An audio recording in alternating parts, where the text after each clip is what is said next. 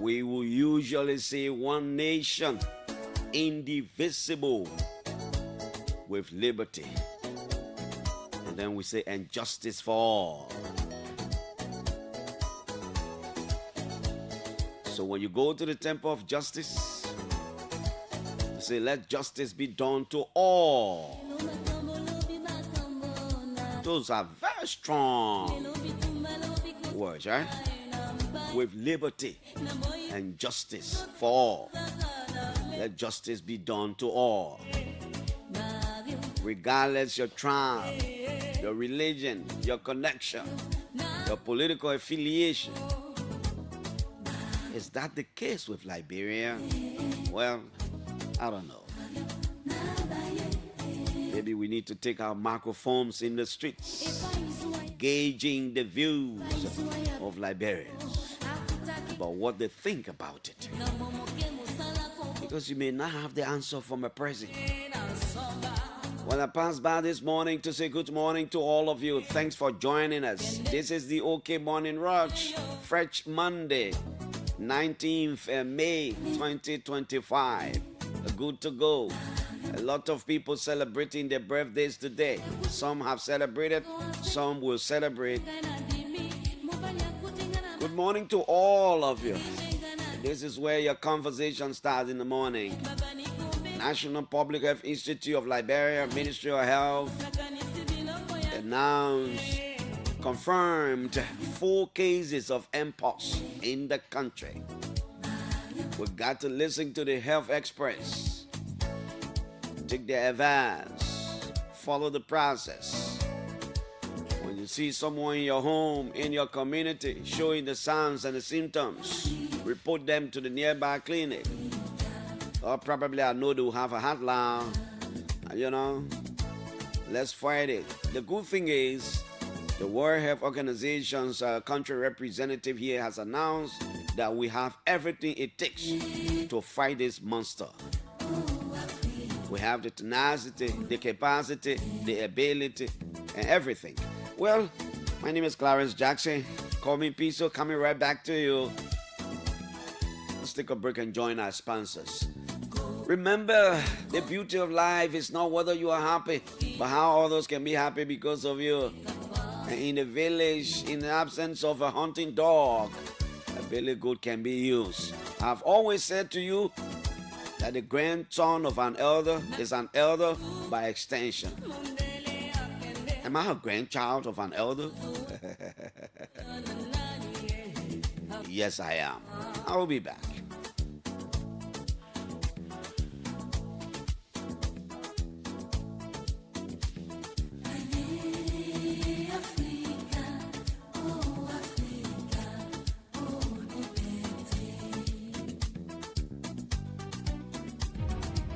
Attention all small business owners in Liberia. Are you ready to take your business to the next level? Introducing Accelerate 360, the program designed to boost your access to financing and expand your market reach. Over the next 3 years, Accelerate 360 will support 165 SMEs like yours. The program also includes business development service providers who have applied to be selected for the program. Don't miss this opportunity to grow your business and make a lasting impact. Visit our website at www.accelerateliberia.com or call 0771 360 360. Accelerate 360, empowering Liberia's entrepreneurs one business at a time. Accelerate 360 is sponsored by the Government of Liberia through the Ministry of Commerce and Industry and the World Bank under the LIFT project.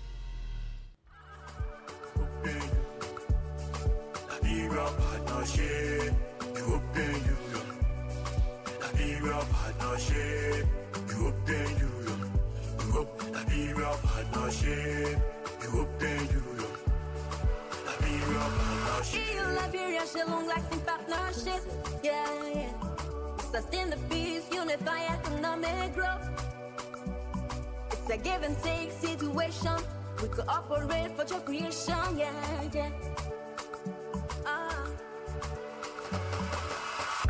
EU-LIB connection. Partnership for transformation. EU-LIB connection. Partnership for transformation. EU-LIB connection. Partnership for transformation. EULAB connection. Partnership for transformation. Talking about unity and supporting one another. Talking about partnership and how we all can prosper. Good governance is what we stand for. Human rights is what we stand for. Reconciliation and infinity. Management of natural resources. Not forgetting human resources. Rule of law, commonwealth, and regional security for all of us.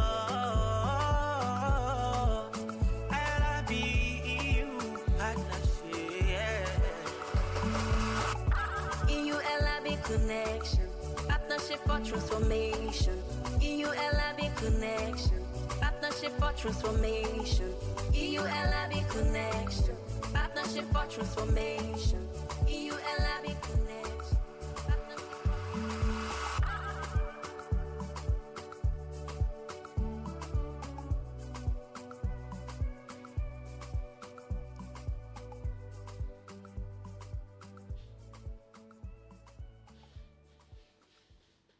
Liberia, it's time for a new journey, a journey of power, performance, and reliability. CCAR Motors has rebranded. Welcome to the all-new CFA Mobility Liberia, your trusted provider of world-class vehicles, motorcycles, and trucks. With Toyota, experience, strength, innovation, and adventure like never before. Built for Liberia's toughest roads. You need power and performance? Mitsubishi delivers toughness, efficiency, and performance for every job. And for those who move fast and ride with style, Yamaha Motorcycle provides unbeatable speed, durability, and comfort. At CFA Mobility Liberia, we don't just sell vehicles, we provide expert servicing, genuine parts, and lifetime support to keep you moving. Visit us today and experience the new CFA Mobility Liberia. Same trusted quality, brand new experience.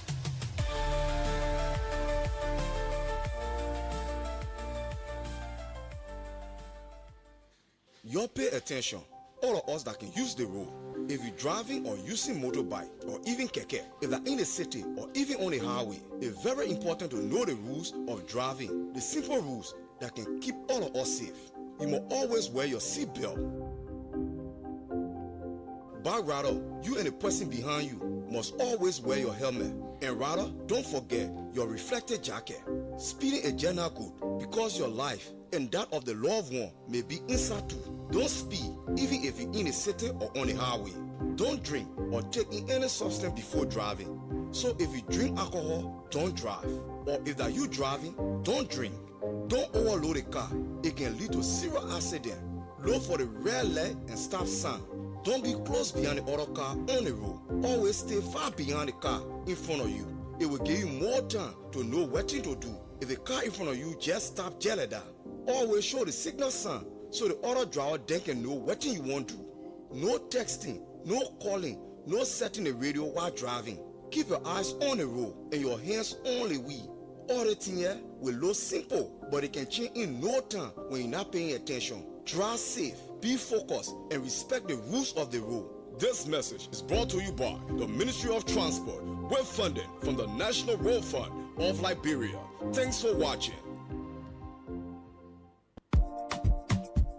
Attention, attention, attention to all lovers of the good things in life. A house is not a home, and a home is the one place where you should feel relaxed and accomplished. Your home should reflect who you are. So, it's time to make that upgrade with minimal damage to your pockets. And I have the perfect solution for you. Home Sweet Home, located on Benson Street, between Center and Buchanan Streets, got you covered. From the kitchen, we have air fryers, juice makers, pressure cookers, freezers of all sizes, and all the modern kitchenwares you can think about. From the bedroom, we have top-of-the-line, exquisite beddings to give you that great night's sleep because you have earned it. And soft, comfortable towels for your bathroom. And in the living room, we have high-definition TV sets of all sizes, unique aerial rugs, classy curtains in all the colors you desire, wall paintings of different sizes and colors, furniture,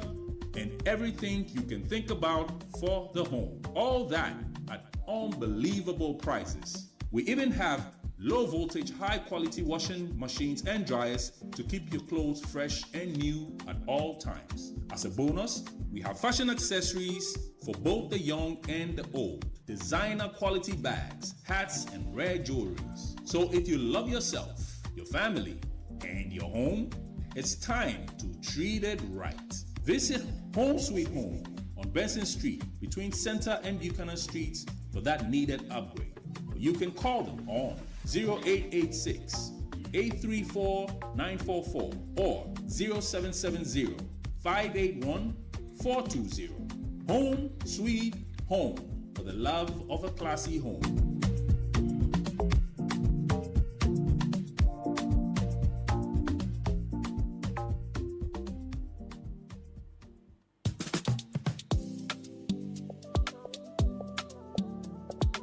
Rushing. Why are you rushing to so? You, Judy, don't give me a hard time, man. I'm going to the bank to get my cash because the bank was so close.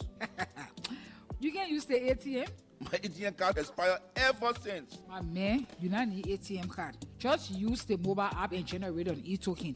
All you have to do is to just log on the app, you click on Express Cash. Then you select ATM. From there now you select Generate e-token. Then you select the account you want the money to come from. From there you select the currency that you want. If they're Liberian dollars or US dollars. Then you put in the amount that you want, whether $10 or $20, you put it in and you generate your e-token. It's simple, like 8 numbers that will come to you.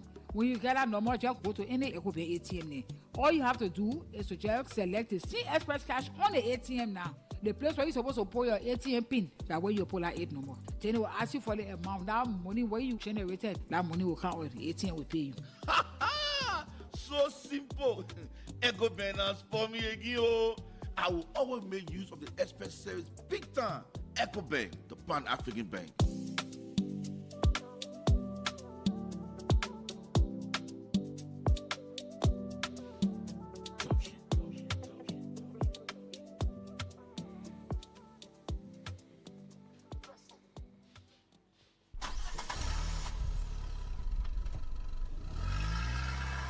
Your cars, generators, and other machines can last much longer when you use the right kind of petroleum products to power your engines. Sonic Group, located on Bushwood Island, is dealer and distributor of high-quality petroleum products across Liberia at available prices. At Sonic Group, we sell and distribute high-quality petrol, gas, and diesel fuel to fueling stations across the nation. Our highly trained, professional, and customer-friendly staff are always waiting and ready to serve you. We deliver your petroleum products to your destinations on time. No worries. Power your engines with the right kinds of petrol, oil, and gas today and save time and money. Come to Sonic Group, your one-stop distributor of high-quality petrol, oil, and gas. We are located in a BMC building opposite UBA Bank, just a block away from LPRC on Bushwood Island. For more information, call 0777-062-441 or 0886-473-164. Sonic Group, spinning the wheels of oil and gas in Africa. Well, this is the OK Morning Rush on OKFM 99.5 from the nation's capital, Monrovia. At this juncture, we take today's edition of the Fact Check segment from Local Voices, Liberia. Good day and welcome to the Fact Checking segment. This segment debunks disinformation and provides the verified facts of statements made online and on the radio. Eugene Nangbe, Chief of Staff to ex-President George Weah, has claimed that Liberia has reached a historical economic milestone, marking the first time since 1822 that 200 Liberian dollars equal $1 on an exchange rate. Nangbe made this claim in a Facebook post on May 17, sharing a screenshot from a Facebook blog highlighting the rising exchange rate on the Liberian market.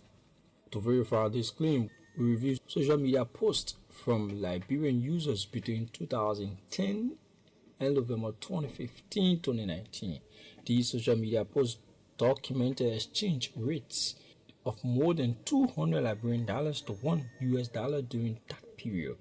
We also reviewed the Central Bank of Liberia's official website, which provides daily exchange rate data from July 5, 2012 to present. According to the CBO data, the Liberian dollar first depreciated to 200 against the US dollar on July 13, 2019.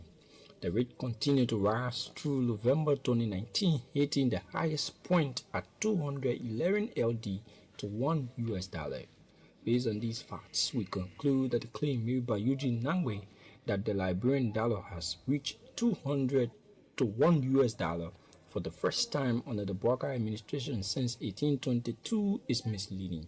The exchange rate reached this peak in 2019 during the administration of former President George Weah. Suspended Director General of the National Fisheries and Aquaculture Authority, Madam Emma Glasgow, claimed in a May 10 Facebook post that during her tenure as Director General, she signed a US $2.5 million agreement in 2023 for the manufacturing of 50 fiberglass boats of various sizes and lengths. She also stated in the post that some of these boats have already arrived in Liberia. To verify these claims, we contacted Madam Emma Glasgow via WhatsApp requesting a copy of the agreement or any relevant document outlining the total procurement cost, the number of boats, and the technical specifications. She declined to provide the document and asked us to direct our query to NAFA for verification. We then reached out to Anthony Abraham Dior, coordinator of the Liberia Sustainable Management Fishery Project, regarding the claims. Anthony Dior responded with documentary evidence that indicate that the contract was signed on May 20, 2024 and did not reference the procurement of 50 boats. Instead, it outlined the supply of 15 crew canoe, 8 Fanti canoe, Type 1 and 2, and 1 semi-industrial fishing vessel. According to Dior, supported by ESEP from the contract, the 23 fiberglass canoe will be manufactured in Liberia while the semi-industrial vessel is being built in Oman and will be imported upon completion. In addition, we also searched the World Bank website and found our October 2024 midterm review of the World Bank sponsored project. We reviewed page 5 of the document and found out that the project had signed a US $2.5 million contract for the supply of 23 crew and 14 canoes and a semi-industrial vessel. Based on these findings, we conclude that Madam Glasgow's claim that she signed a US $2.5 million agreement is correct. However, the claim that the contract was signed in 2023 is incorrect. The contract was signed on May 20, 2024. Meanwhile, her claim that the contract was for 50 fiberglass boats is misleading. The contract agreement only accounted for 24 boats. Or additional claim that a few fiberglass boats have recently arrived in the country is also misleading. The crew and 14 canoes are being produced locally, and a larger vessel has not yet arrived in Liberia. On May 7, Mr. Dobo Jala, the Commissioner General of the Liberia Revenue Authority, claimed at the government town hall that there was a time in Liberia when most of the national budget was financed by external resources, stating that more than 90% of the current budget is financed by domestic revenue. To fact-check this claim, we contacted Mr. Jala through the Communication Department at the LRA about the period for which he claimed most of the budget was financed by external resources. The department replied to our inquiry with what it termed as historical context and data justification that support Mr. Jala's claim, citing a 2013 World Bank report which quoted data from the OECD Development Assistance. The document revealed that official development assistance to Liberia in 2011 was US $717 million, an amount that was more than the national budget of US $516 million. However, we reviewed the 2011-2012 approved national budget and found out that external resources in the budget accounted for $47.9 million or 9.3% of the total revenue. In addition, we reviewed the approved national budgets and consolidated financial statements from 2008 to 2025 and found that during these periods, domestic revenue accounted for more of the national budget than external financing. Based on this fact, we conclude that the claim made by Mr. Dobo Jala, Commissioner General of the LRA, that there was a time when most of the country's budget was financed by external revenue is unproven. However, he is correct that currently domestic revenue accounts for more than 90% of the national budget. The 2025 approved budget puts domestic revenue target at US $804.6 million or 91.4% of the total budget. Well, cherished listeners, this is all we have time for on this edition of the fact-checking segment. This segment is part of an MOU between Local Voices Liberia and OKFM, Prime FM, and Care Radio to counter disinformation and help the public make informed decisions. This MOU is funded by the Liberia Media Empowerment Project, implemented by Internews with funding from the European Union. The funder or partner had no say in the editorial decision leading to the production of this fact-check segment. We will be back on Wednesday with more fact-check reports to help you know the facts. But if you have a claim that you want us to fact-check for you, you can kindly send us a text to the WhatsApp on 0777 556296 and we will fact-check for you. Also follow us on Facebook at Local Voices Liberia, on X at LVO Fact-Check, or better still visit our website at www.localvoicesliberia.com. Thanks for listening. Goodbye. Okay, thanks to the folks there at Local Voices Liberia for today's edition of the Fact Check. Let's go to our Facebook page and recognize some of the people who've joined us. Emmett Kamara says, good morning, OKFM. I'm following you from Caldwell Coffee Farms. Augustine de Boazizi McGill says, good morning, Piso. I'm following closely from district number 10. Kazi Debut Clappy. He says, I'm watching from UME Campus Capitol Hill. Thanks again for 19th of May edition of the OK Morning Rush. Manu Witty says, good morning. Watching from Batnaville Estate. Martina, that's Martin Brooks. Good morning, Piso. I'm watching from Pigeon Garage. My boss is watching. Mr. Melvin Reeds is watching us from somewhere far. Rensis Zombie says, you mean Saturday, right? Abdullah Dukle says, I'm following closely from Mount Barkley Community, Miata Gizi.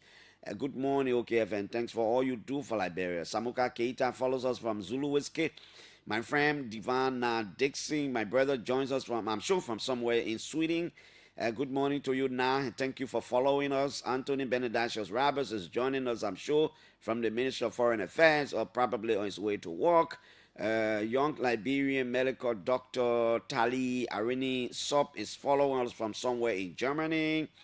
Will's homeboy David says, good morning, okay family. I'm following from my Abbey Banker SD Copper Road Pittsville office. Jerry Nima Nimpan is following there. Emmanuel Fokatue. He says, good morning, Clarence, and good morning to the peace-loving people of the motherland.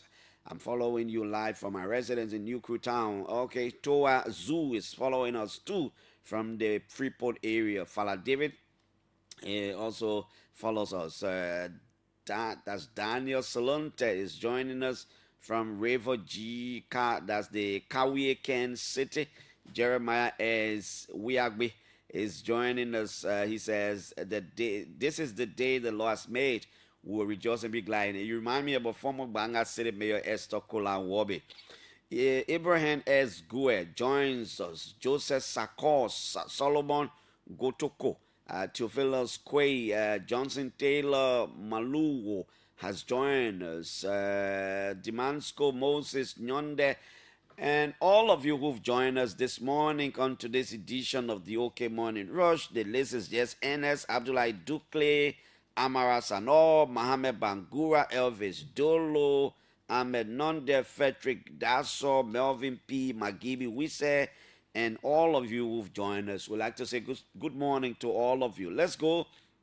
Good morning to Tumitis Poilus, who's following us there from Zulu Whiskey. Good morning to all of you. Benu Duno, the president of the OKFM fan club. She will be getting married this weekend. We are calling on all of our OKFM fan club members and the management that all of us would turn out to make her program a success. Let's go to the BBC. Leading Kenyan lawyer and the country's former Chief Justice, Mato Karua, says she has been deported from Tanzania to prevent her from attending the court case of opposition leader Tundu Lissu. Two colleagues accompanying her were also reportedly detained and deported after flying in from neighboring Kenya. Tanzania authorities have not yet commented. Lissu, who is the leader of Tanzania's main opposition, Chadema party, is due to appear in court on Monday, that's today, after being charged with treason last month.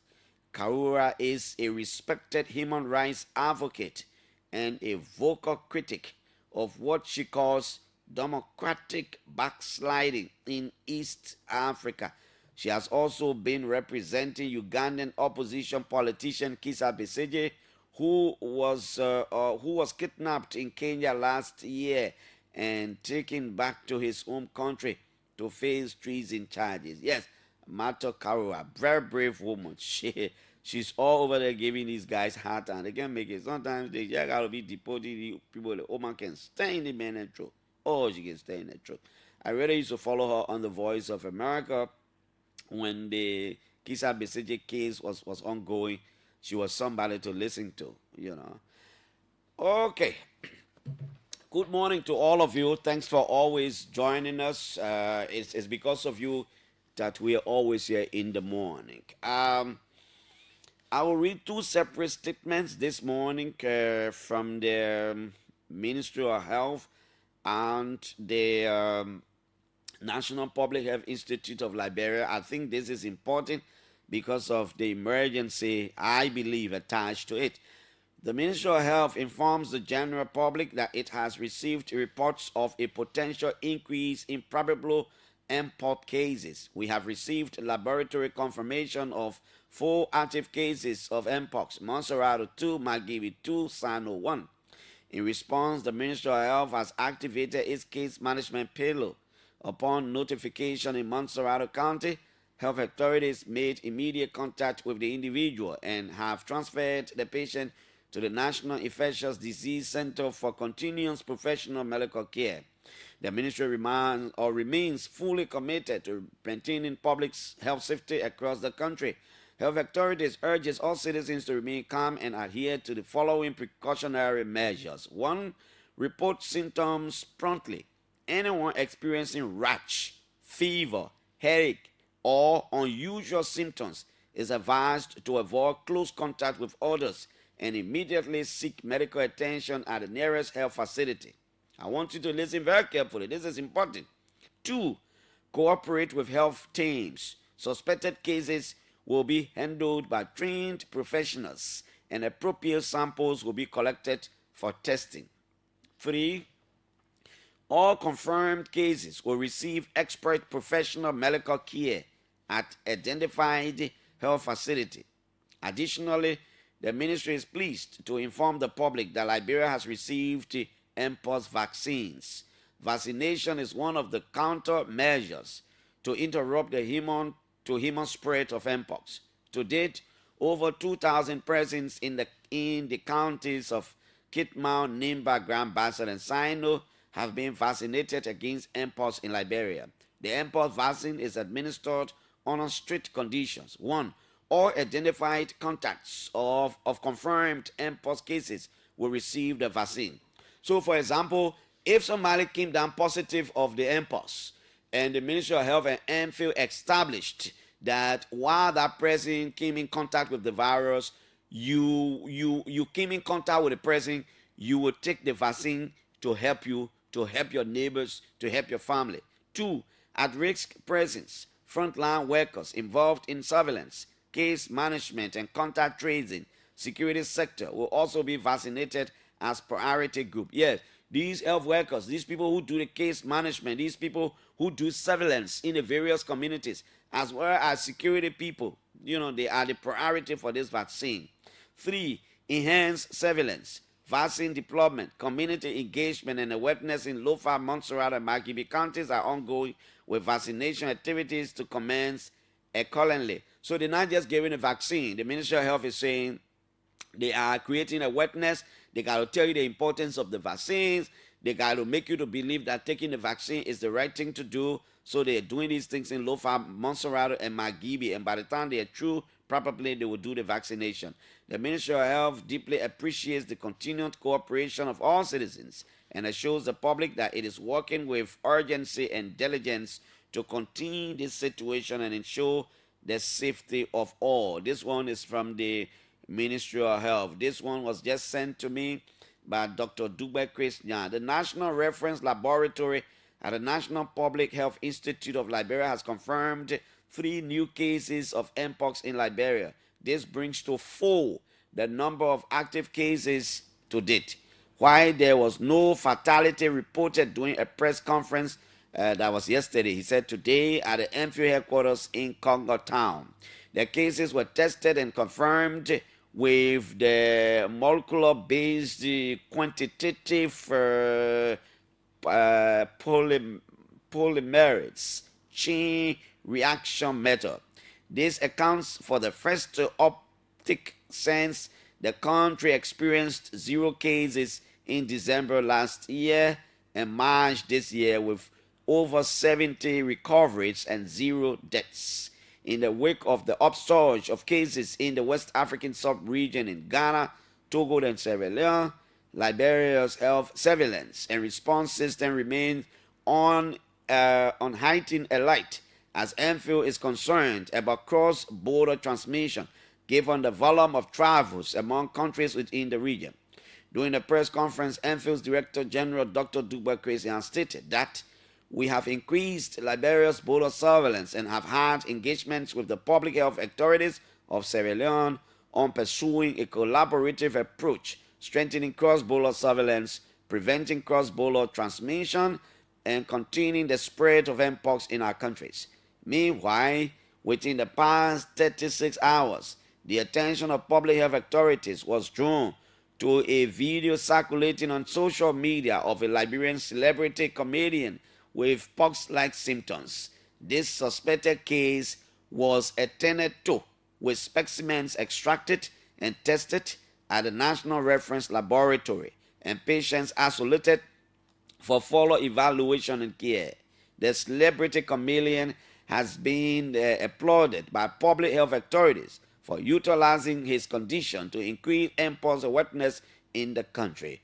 On other preventive measures, the director of the Extended Program for Immunization, Dr. Ya Nema, the head of the vaccination payload of the IMS, has laid out plans for immunizing high risks and contacts of mpox infected persons, while Dr. Colley of the Case Management Payload spoke on the availability of an isolation center at the Star Base. Both country representatives of the Africa CDC and WHO commended the efforts of the Liberian public health response and expressed support. The public has been reminded of public health measures and advised not to panic. So at this stage, the Ministry of Health and the National Public Health Institute of Liberia is urging all of us to remain calm, to be stable, not to panic.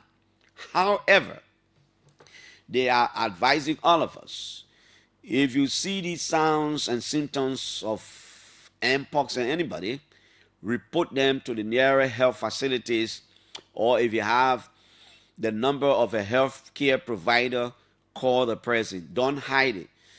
Don't hide it. The signs and symptoms they talk about, don't hide it. Don't hide it.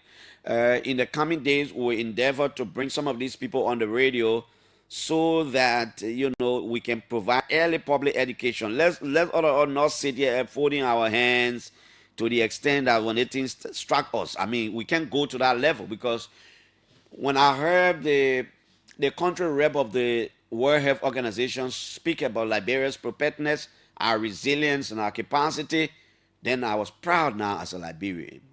So from all indications, we have everything it takes to fight and defeat mpox. All we need to do is collaboration. Let's work together, all of us. You may not be a healthcare provider, you may not be a nurse, you may not be a you may not be a healthcare worker. You do not have to be a healthcare worker to tell somebody with all of these signs and symptoms we're saying, you got to reach to the hospital. Take advantage of the hospital.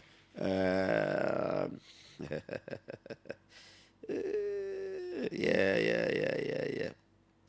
Take advantage. Go to the hospital. Take advantage of all these things, and it will be better. So 2 things we're focusing on this morning.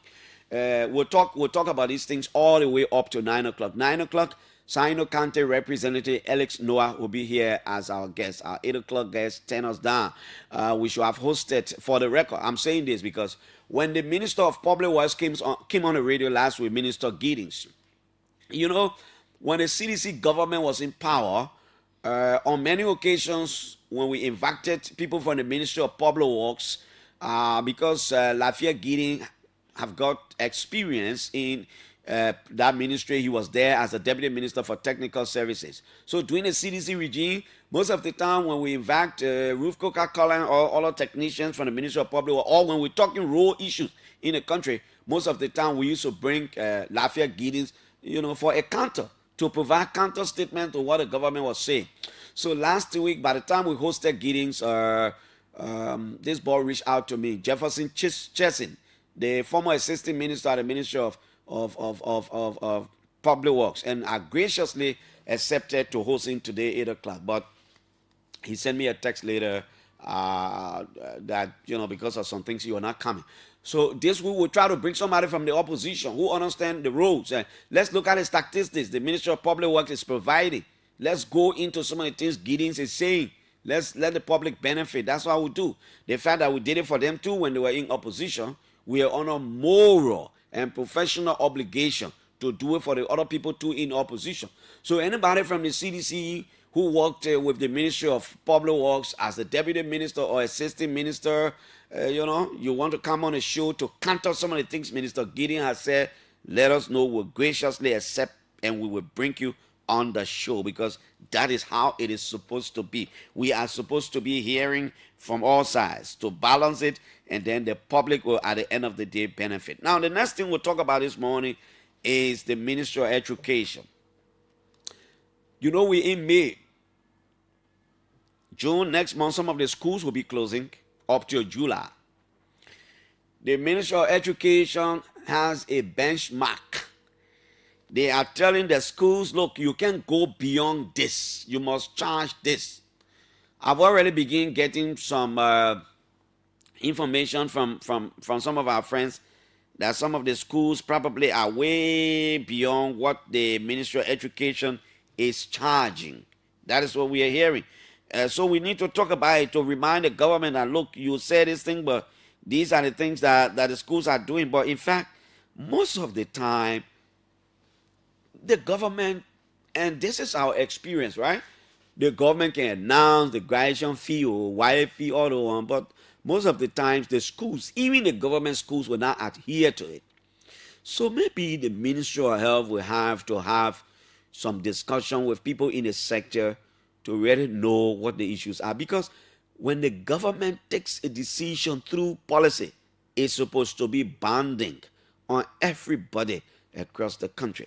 But time without number, every time the Ministry of Education announce something, the schools will come up and they will do their own thing. And then sometimes the Ministry of Education will come out and say, any school that will do the one to you.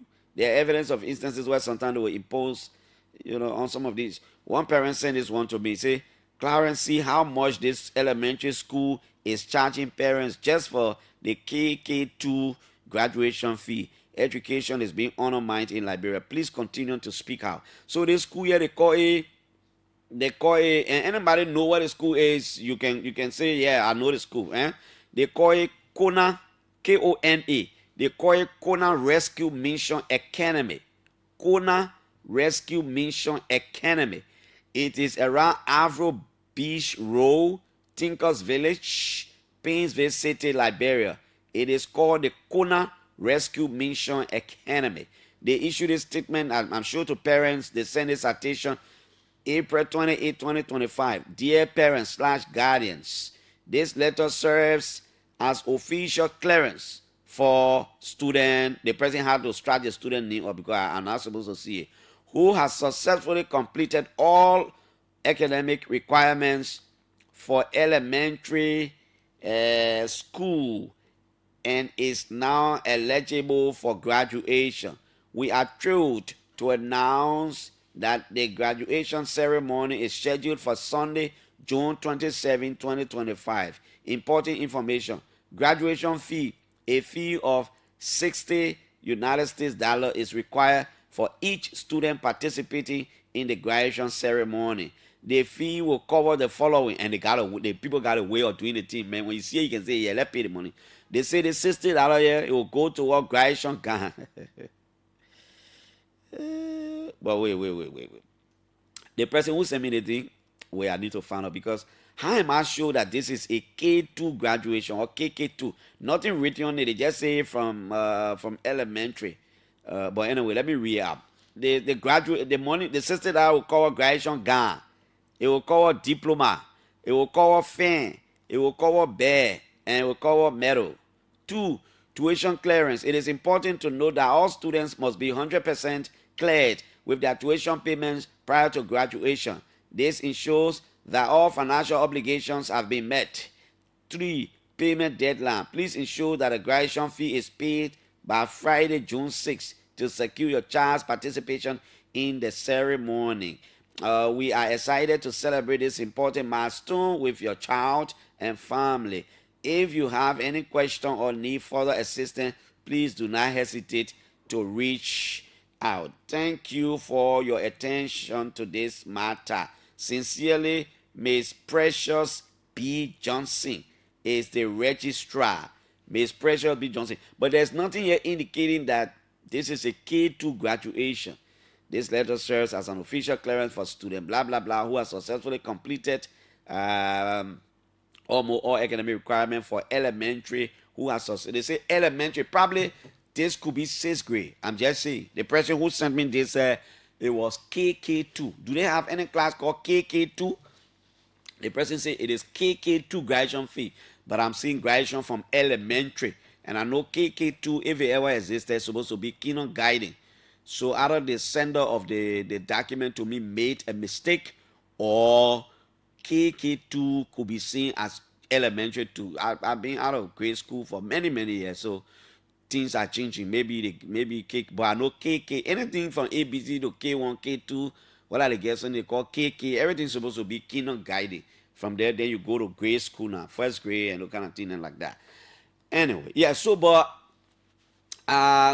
these are going to be our concerns this morning.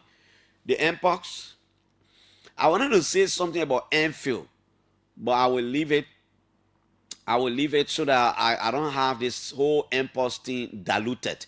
I want for us to focus on it. Let's focus on our health. It matters a lot to all of us, and let's focus a little bit on education. I wanted to gauge the views of people, because I saw the Facebook argument about 200 the rate. They want on the rate. But the fact check says the rate hasn't gotten to that level. I wanted people to call from their various communities to tell us what the exchange rate in their area, because it's a social issue. When the U.S. rates are going up, it should concern all of us. It's around 96, 97, 98 for the most part. And the thing about it is, every time the U.S. rate will go up, it will actually not. When it comes down, right? If it goes up, we get affected. But when the rate is dropping, nothing changed. The prices will remain the same. You argue with the people, they will tell you when the rate was up, that's when we bought our goods. So that the rate is down, we cannot do anything. It will remain the way it is, We have a country where most of the time the business people will take a decision and it becomes binding. The Ministry of Commerce and the other agencies, I really don't know when we'll go back to our real days. Okay, the president said the child is graduating from K2. But K2 is not elementary. The note is saying, the memo to the parents is saying elementary, my friend. The K2 can be elementary. K2 should be kindergarten. Kindergarten school. Okay. So this morning, let me talk to Assistant Minister of Labor Emmanuel Banks. He's supposed to be somewhere in Kenya, participating in a regional conference over there. I want to talk to Emmanuel Banks to bring us up to speed about what the situation in Kenya, What is he doing in Kenya? And then we can come back home and talk about other things and open the last. Minister Banks, good morning to you. Good morning. You are live on the OK Morning Rush from Nairobi in Kenya. Am I correct? Or is Mombasa or somewhere else? No, I've translated from Mombasa. I'm currently in Nairobi, in Kenya. Okay. Now, Banks, tell us exactly what is your visit about? What is your trip about? I'm understanding it is connected to some labor issues. What is it? Yes, thank you very much. I'm here in Kenya. We just concluded what is known as the second.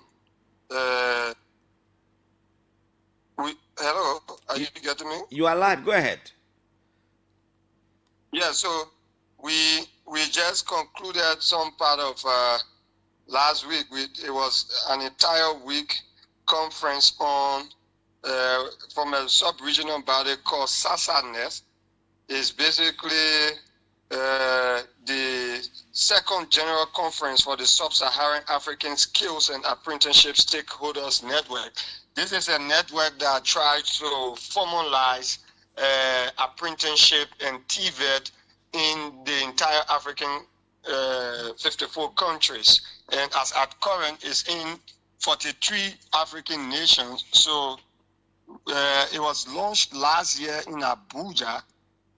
So they had the second conference here in Kenya under the auspices of the Ministry of Labor and Social Protection of Kenya, brought together various stakeholders, wherein we have what is known as the Mombasa Declaration, committing member states to institutionalize those policies that will see to it that there can be some set regulations and standardized curriculum activities, and another thing that is called integrated workforce development. So if there is a policy on TVET and other state manpower development issue from the informal sector, the same curriculum that will be used in Kenya can be used in Liberia, can be used in Namibia, and all of that. So it's basically trying to divert focus from the social sciences and move more into STEM and the technical area. Because as you know, the world is evolving, and it is such that they want for everybody for the country labor force to be more of demand driven than supply driven. Okay, Barnes. For how long are you there, and who are the other members of the Liberian delegation, if there are any? No, I'm the only one who represented Liberia. So the conference has ended. I'm currently on my way back to Monrovia. So later today, I will be in Monrovia. If there is any, I meant to say. And, to what extent is this going to help your function as part of your work at the Ministry of Labor? Is it something that you're coming back home to have a little bit of section with people in your department, or the generality of the labor ministry, bringing to bear some of the things you learned over there, so that ministry on a corporate crack can begin to adapt some of the approaches?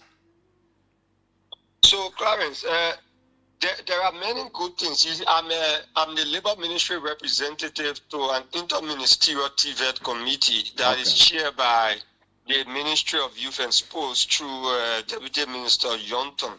And we do not have a synchronized TVET approach or apprenticeship system where you can say, for instance, if a company brings in a foreigner who is doing a technical job, there is no standardized or a legal requirement that says in this time frame they should by all means train a Liberian to take over. So what this is doing, and like countries like Namibia, countries like Kenya and Nigeria, they have already formalized these things. So we have basically learned from them. Like, there is a bill at the Liberian Senate currently called the National TVET Authority.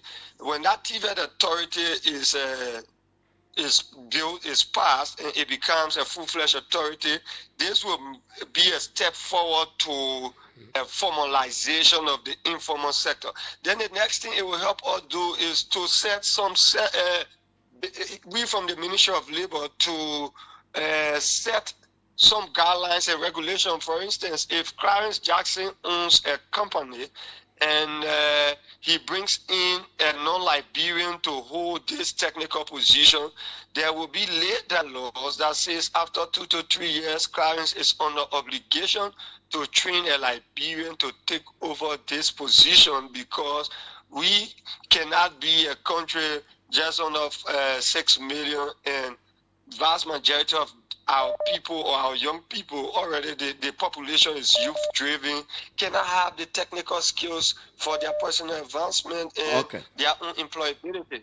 Thank you. So it's basically one that aims to promote the employability of the locals more.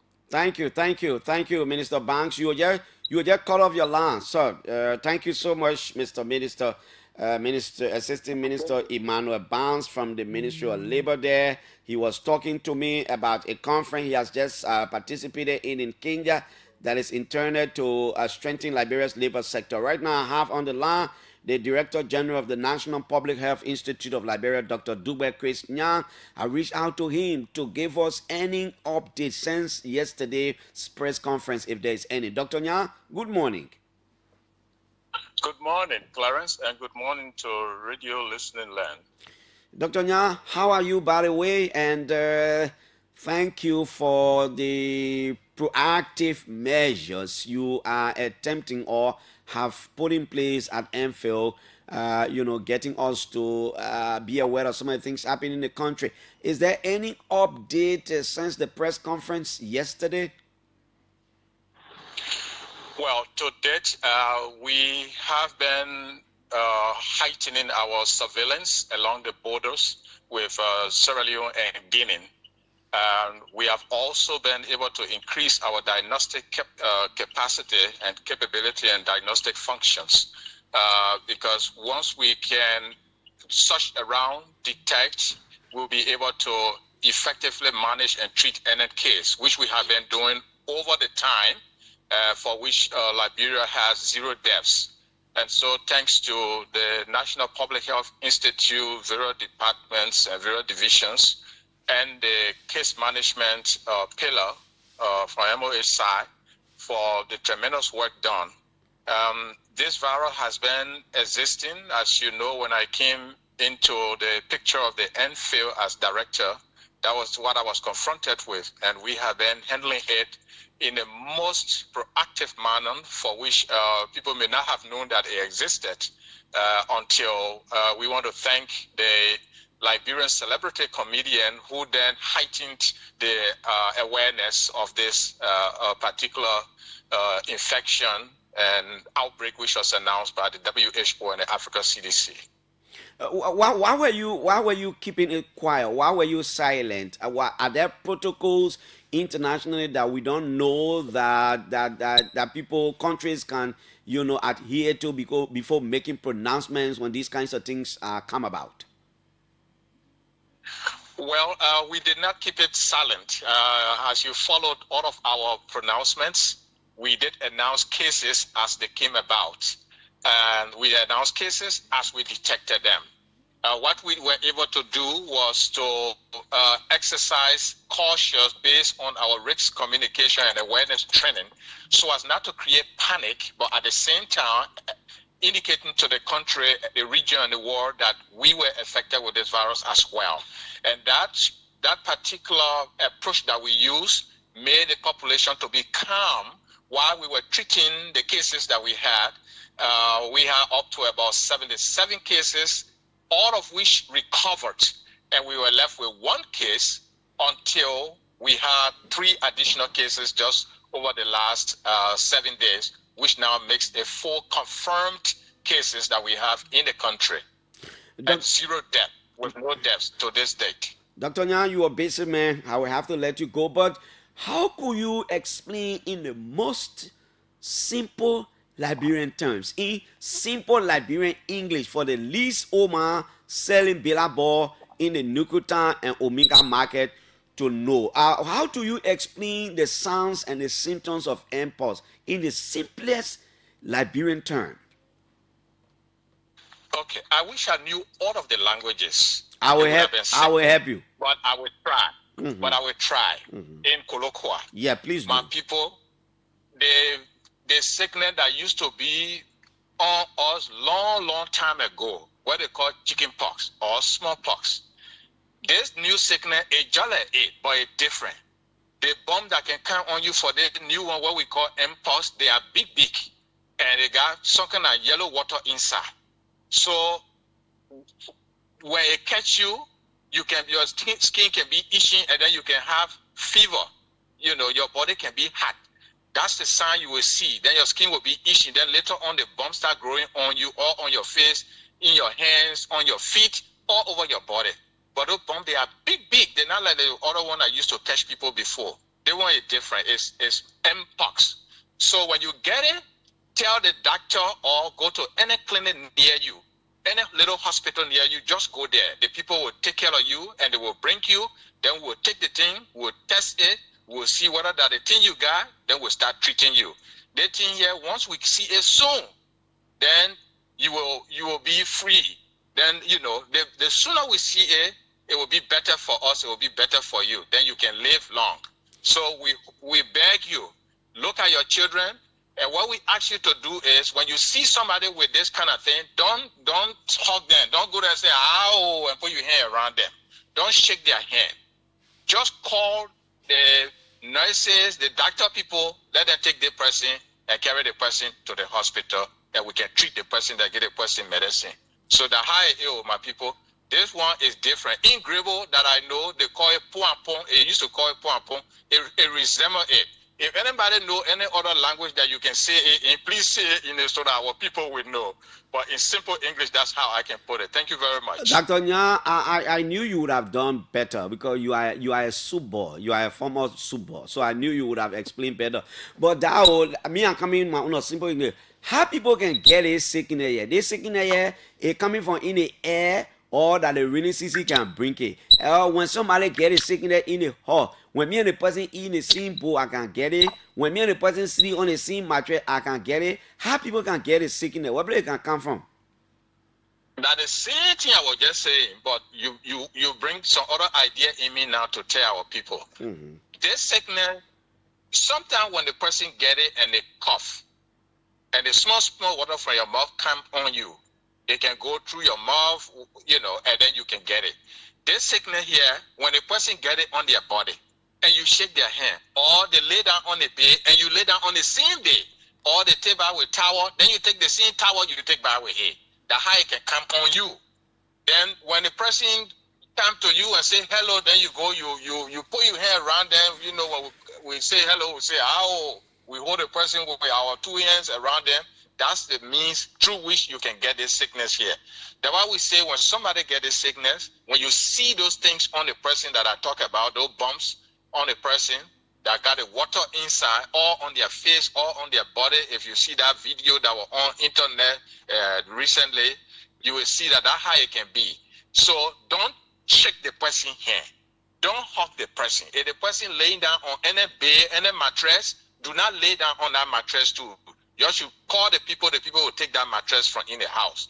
Then they take the towel, the cup the person drinking in, do not drink in it also. Anything that person holding or touching, don't touch it. But we beg you, this sickness can't friend. That's why we want you to come quick, soon. Then we can catch it, we can give you medicine and you can be well. You can be okay, you can be fine. Okay, Dr. Nya. Karen? Thank you so much, Dr. Nya. Thank you. Dr. Dugbe Chris Nya is the director. Look, the Ministry of Health and Enfield, you bring some money here. Let's develop simple English messages. You shouldn't wait. Let's not wait. Look, we know the thing ain't going to overpower all of it. We can beat Ebola here, coronavirus king, we punch it in the eyeball, it went by, that monkey paw, that whatever we can beat all. It can beat all. But Enfield, the Ministry of Health, you bring money to the different radio stations. And you see, I asking Dr. Nya, let us break that thing down. Let's break the thing down. Let's lead it into PP English. Let's break it down. Let our people old man yeah. Because the old man, when they can't say, they can listen to the radio. When they go home, they will tell their grandchildren. Let all of us help. Yeah, we got to help the country too now, but all of y'all got to help us too. Because you see the radio station there, we can buy LEC token, We can buy fuel oil to put in the generator. So we helping the country too helping us. Then together with that help, then all of us can be moving. So you bring some money. The Minister of Health, Enfield, you bring some the money.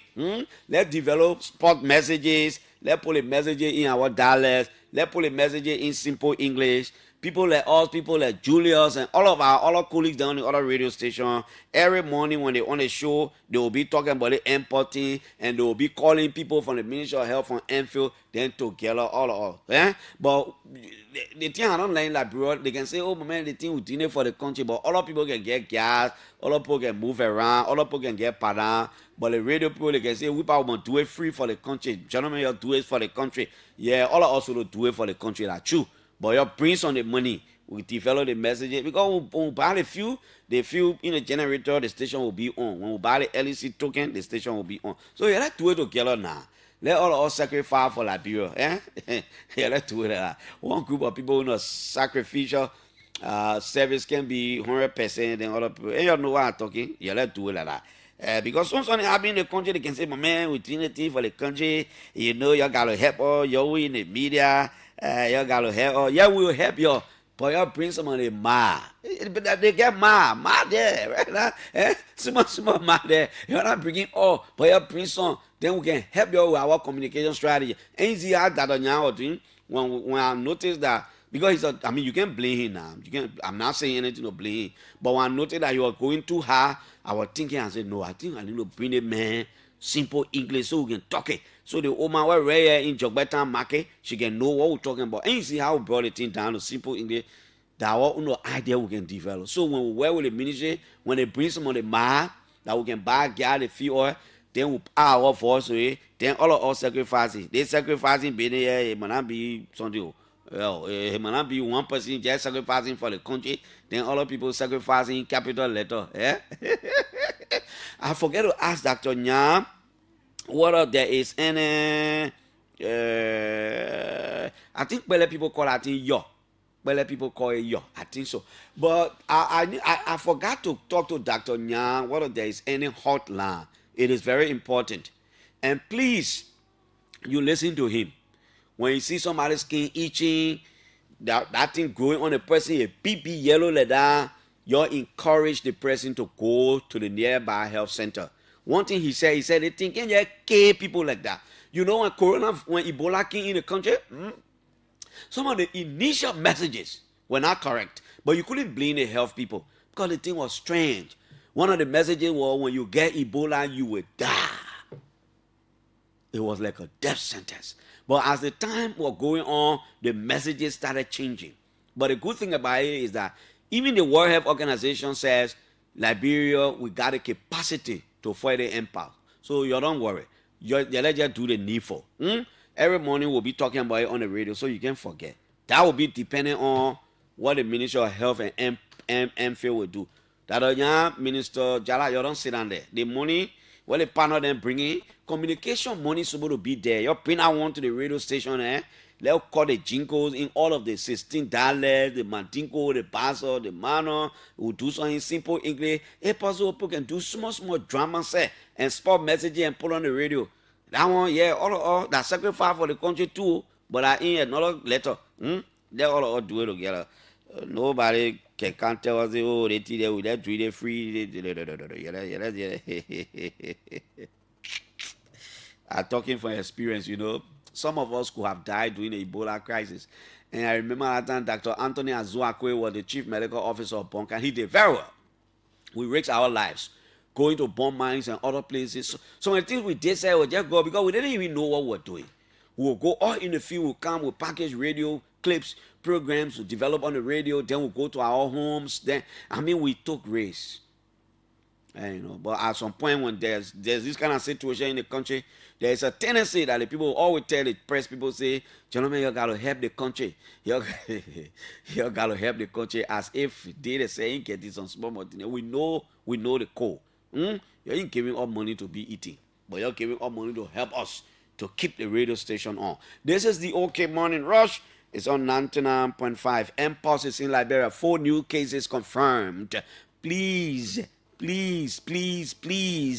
report signs and symptoms. If you have it like the guy did, Don't be surprised. Don't be ashamed. It is not a death threat that when you get it, oh, somebody will say the man get import. Yeah, I get import. So what? I will report myself to the health facilities. Let's take your calls on 0777 700 0555 and the other number. But together, let all do it in the intro of the country. You bring some of the thing there. We'll develop the message. We'll play your pay. Good morning. Good morning. Sergeant Clarence Jackson. Let me say good morning to the people of Liberia. Good morning, sir. Thank you. I activate McLean Render, and I join you from Luda office in West Point, Liberia United for Justice and Accountability. Let me say kudos to you this morning for enlightening the public on monkeypox, because vast majority of our people in our countries were panicked since Avatar released that his podcast video over the weekend, and I too was so fun that we try to do research and enlighten our people. Having said that, I want to use this medium to call on every single Liberian in every community here in the various leadership there to go back to the community and talk to the people on how we can beat this virus. Because Virgin Jackson, but Jabata moving from Lofa County to come to Monrovia, I believe the virus already in Liberia is spreading like a wildfire. Okay, thank you. Now, 8:30, we will call from our various communities and talk about the exchange rate. I'm still getting text messages and implications from some people, indication, not implications. I'm getting indications from some people that in their area the rate is actually 200. So by 8:30, I will open the lines. Wherever community you are in, be honest to yourself. This is to evaluate. This is to bring to the government's attention, probably for action or what have you, and on you kind of thing. So you got to be honest to yourself. You don't have to call and just call a rate that is not existing in over there. Yeah. So please, 8:30. That's what we'll do. We'll focus exclusively on the exchange rate at 8:30. Let's have a picture of what's going on. Hello. Good morning. Good morning, sir. Okay, this is Robertson Tia calling from Digshill. All right, Mr. Tia. Okay, the issue about the I think from another perspective, I would like to call upon the Minister of Transport and people responsible for the transport sector to prevail on these buses and taxis and carriers, so be very careful, because sometimes they can do us. Four persons just swap it in the taxi like that. They don't care, but they have of the passengers, the comfort of the passengers, and other things. So I want to engage it from another perspective. I am not. I think these things got stages. I am not sure it has gotten to the stage where they will start restricting number of people in vehicles. If it was so, they will announce it immediately. I'm not an expert in that area. I'm not a health person. Absolutely. Yeah, but I am sure it got stages. I think at some level then they can announce that. But that's a good one. Thank you for reminding all of us. Yeah. Good morning. Good morning, Clarence. Good morning, sir. And let me say good morning to your many listeners. This is Piso from the community. Yeah. So, Clarence, I'd like to agree with you from your latter discussion with the infield director that the Ministry of Health and Infield have to support the radio station. Trust me, there are donor partners that's about to come. It's not a way the government know how to eat money. No, wait now. Sorry. Don't call our people like that. Let me respect. Oh, you mean the people but even the people can bring the money.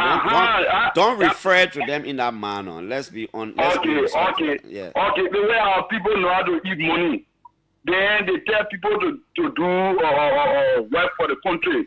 Like the media people, they will tell you to do work for the country, free work. In the interest of the country, you're doing. Yeah. But it is important to translate all of those information that you just gave you in the public in different languages, like you said. And they should not only leave it like that and to end up on the education stuff. Clarence, I always like to speak on human interest issue, something that will benefit the public. Yeah. Now, the Ministry of Education gave a straight or laid down release that SYC class or 6th grade, 9th grade, and 12th grade should pay SYC money. Now we're listening that a rescue school, whether or not it's true, they have to be or validated whether it's true. That a rescue school is charging, I don't know, 9,000 or 12,000 for graduation fee. Then they putting in that information that the parents should pay that money for every reason. I mean, Ministry of Education says any money that is charged, it should be a certain minimum amount that is listed in that release, and there should be no graduation gown. Okay. It is clear. There should be no graduation gown. So, okay, thank you. Let's get your online form right here. Good morning. Morning, Clarence. Yeah, but talk hello now, please. Yeah, Clarence, you getting me? Yep, I'm getting you. Go ahead.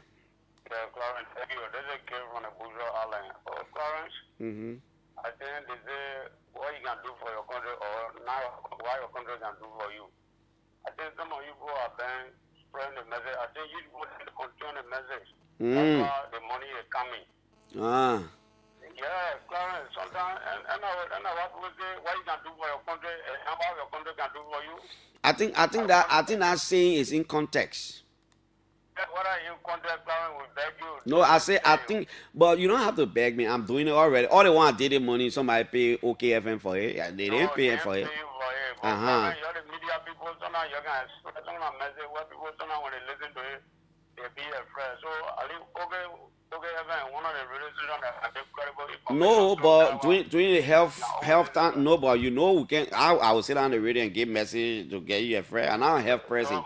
I will always refer to the MPhil and to the health ministry. They are the experts. Yeah, that's why we're talking to the government. We beg you, you must say when you count the radio in the morning, you must get the information to the public. All right.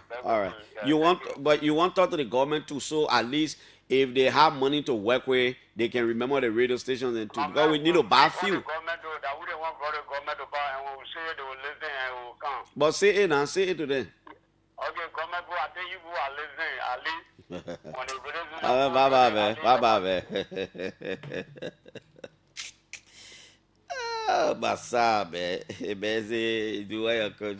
But you know how long we've been doing that thing? We're still doing it. Hello? Yeah, good morning, Piso. Good morning. How was the weekend? The family? It's good. Mount Rose Baker, how are you? Let's hear you. Yeah, thank you, know. Thank you so much. And it's okay, everything. That's Tosto and Tosto. The one I get Ebola or what other thing was here, or what they should try and go to all the radio stations and the jingles and all those things, and they'll pay some money. That's why the US called just there. He said, the one that one way, they take the money and do whatsoever. You saw the way the country here, we don't love our country. We don't love the citizen. So it's not me, it can't be you. You have to try and do things. Okay. I watched that thing on Facebook. On that board, I want to that impact. Okay. And that's something. Yeah, that's something. But the good thing about it. I want the people, they're not listening to radio and all those stuff. There is really any what you supposed to do. Those who are there, people there, going to all the stations and stuff. That guy is to use our own money or own mobile or own people. Oh no, that one you can beat Judy Andy in our. What? I beg you, that one you can beat her experience. Good morning. Good morning, bro. How you doing? I'm good. Okay, this is Nacho from Lane Street area. Yep. Okay, thank you very much for the information given us this morning along with our dad. But we have to join them. We have to join them, each of the community, as we just said rightly, to also sensitize our people about this virus. Because if they won't come in now, we know it coming, but Ebola was it came up to us.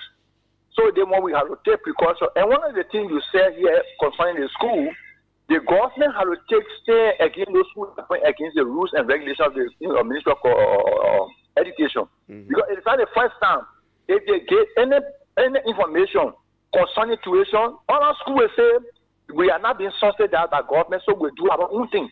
But you're working in Liberia. So whatsoever the Minister of Education get curriculum, we all work through that curriculum. Why is it you don't want to listen to them? They got to punish them. If they are punished, they will desist from what they're doing. If they lead them, if we let them go, they will continue with it. Okay, Thank you. Sir. Okay, sir. Thank you. Thank you. Let's hear you. Hello? Yeah, good morning, Piso. Yeah? Yeah, this is Momo Cover. Cover, let's hear you. Yeah, my own, I call it to do the school business. Yeah. My little sister, she across in a Freeport area. She inside school. What is school name? She sent me information the last time because my people can just send me the school fee. But it's only look for the school name, but the school name important. When we're talking, let me calling the school name. But go ahead. Now I was saying, but I only want like because I found that very helpful in the future. Yeah. So the school will pay all the school fees. She ain't owing no money.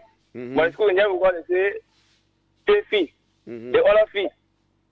In fact, they put it on us because she ain't pay. She pay all the tuitions. She gets 0 balance. But the job, she didn't go for the trade. They put us they took tax the other. The other without I say net fee. She didn't pay for the net fee 4,000. They put us So that the school fee, they want to not just put everything in the information sheet, but they just doing it like collecting money from us, putting us up, like she pay the school fee, then they demand her to pay. I said more like we're not informed in a sheet. Okay, thank you.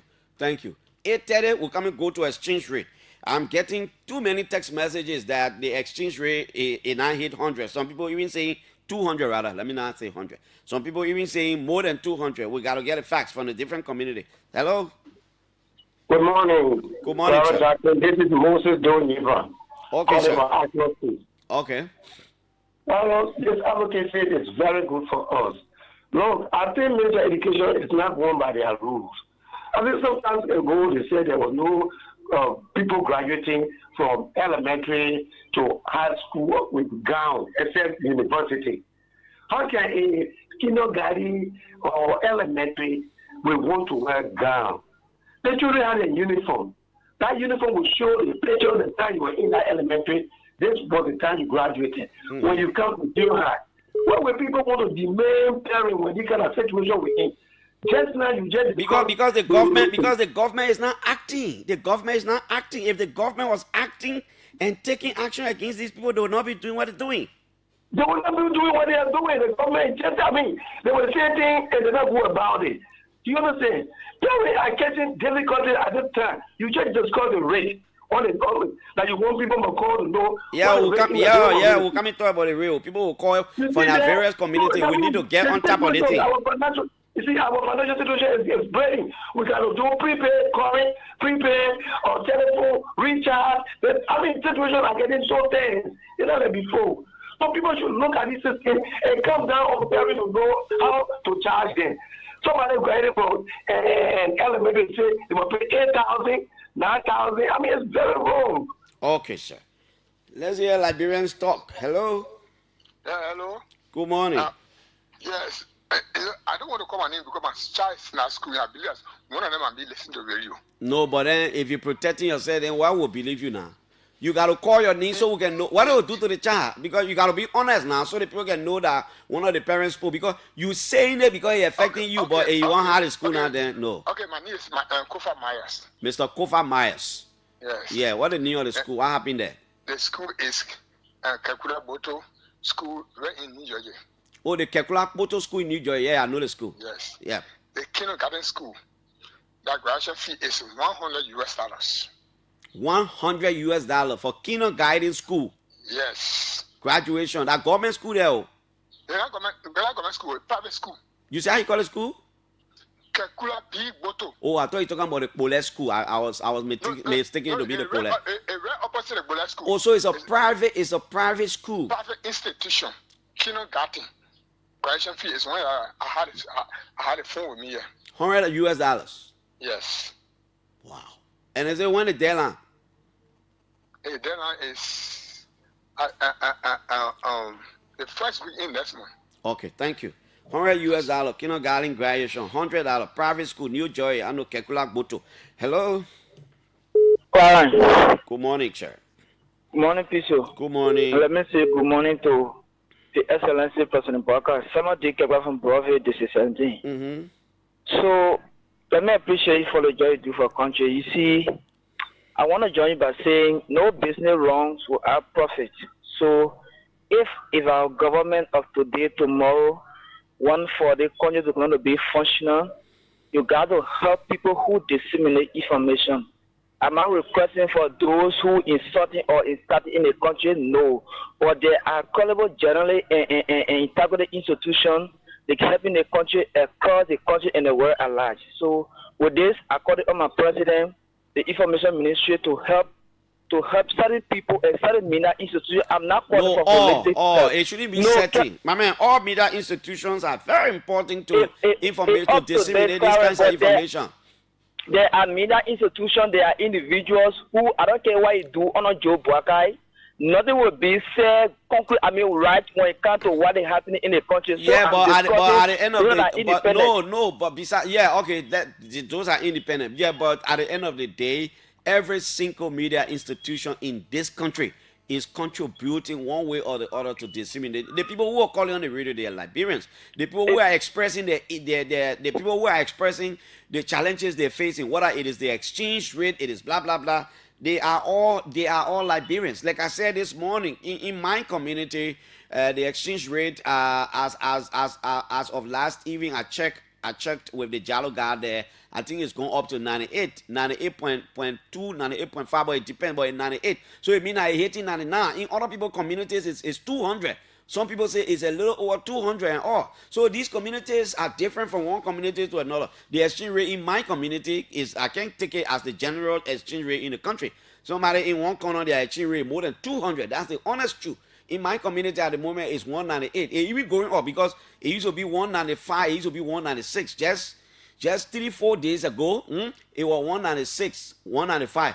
But just yesterday, I went to change money. The guy tells me it's 198. So it may have gone up. That's the honest fact. So all the radio stations are very important. So we can't be taking one radio station and say, no. All of us, we do to some extent. Everybody do the work. So you see what I'm saying? So in my community, few days ago, it was 196. The last time I checked, I think it was on last Thursday or something. I changed money to that very guy for 196. Yesterday, the guy tells me it's 198. So enough from 200. So other people in the other areas say 200. I coming open the lines now for all to talk about that one there. So it means the exchange rates in different communities are different. The other thing about the school business is, when I was living somewhere around the Dupo Road area, my kids were attending one school. I just forgetting the school name, but from Dupo Road Junction. Not Dupo Road Junction. From the Total gas station there at Dupo Road. By the time you drive in from small, there's a school right on the left there. My kids were in that school. And my experience from the parent-child room was so terrible. Sometimes we, the parents, are responsible. These people, they used to put all kind of things in the child room. Teacher appreciation. Sometimes they read it, they say, the children will bring, they will tell the other child, say, you cooking jollof rice for 15 person. The other person, I had two kids in the school. So one time in the child room, I told them, I said, listen, appreciation is voluntary, it's not forced. I'm not going to appreciate any teacher for doing anything. As a matter of fact, I pay my children tuition. Clear, that's the rule. So if I want to appreciate any teacher, it should be by myself. Oh, the parent jump on me in our child room. Oh, you know what I appreciate? We will appreciate. You know what I mean for people to be teaching your children, they jump on me in our child room. I just laugh. So sometimes we the parents who can be the cause for all of these things. Wow. What was wrong if the parents say we're not paying the money because the government say we should pay this? So if you say we should pay that, we're not paying it. But the very parents, you will not believe it. Some of the parents probably who think they can afford, they will jump in the other people share them. That's not small thing they can do. We will pay. We will pay. So as a result, all the schools are doing their own things. Okay. So now, let's talk about the exchange rate. Let's put some real emphasis on the exchange rate. And if you call your name and call the name of your community and tell us the current exchange rate, probably as of Saturday or yesterday or today. Like I said, in my community, it was 196 few days ago, but it 198. So it means you're gone up. It means you're gone up. So let me hear you from the different communities. 0777 700-995-555-026995. Let's place a spotlight on the exchange rate. Hello? Good morning, Sergeant Clarence Johnson. Good morning, Chief. What's your name? Good morning to the listener. Mm-hmm. The name is Robert Political Slaughter in him of me. Yeah. I call you this morning from the Congress City in Congress Town. Mm-hmm. But my actual resident is Kennedy Boulevard, District number 12, Boston County. Let's speak to a few issues. No, please. No. Wait. Yeah. The actual exchange rate in my community just about this morning surpassing one is 200. Okay. Yeah. It's 200 because the government has not made any impact in the economy. You listen to Kafan said, Minister Kafan said, we should pray. When I was reading, you say which community? Forget about all I was reading, boss man. You say which community? Kesselly Boulevard, Banaville Junction. You heard the man. The man said the rate now hit 200 on our side. Hello. Yeah, morning, brother Clarence. Good morning, sir. What's your name? My name is Abu. I'm calling from Johnsonville. Johnsonville. What's the exchange rate in that place on our side? Yeah, the exchange rate here for me, I'm on money change. I take it from 196.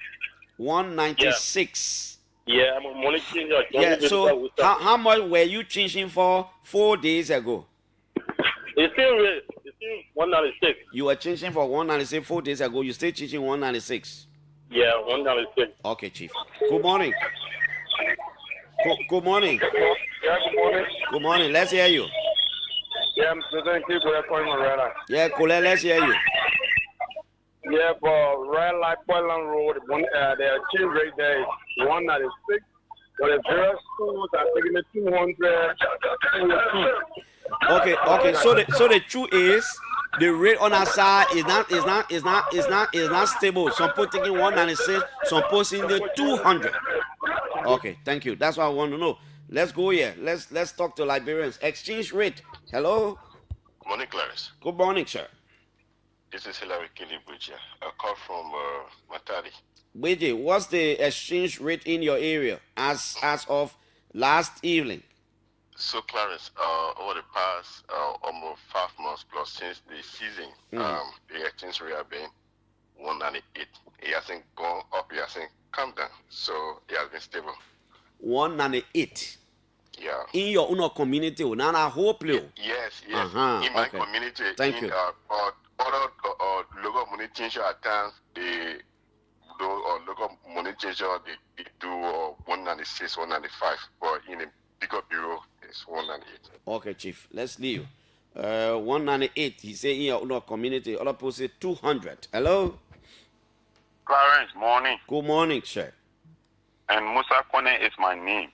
Musa, let's hear you talk. So, I'm from Dwa Zone. Yep. And right in Dwa Zone, there's a school called Sherman Adam. Sherman Adam, yep. Opposite the school, there's a shop that do wholesale business there. Yep. The rate has been 200 for more than 2 months. Wow.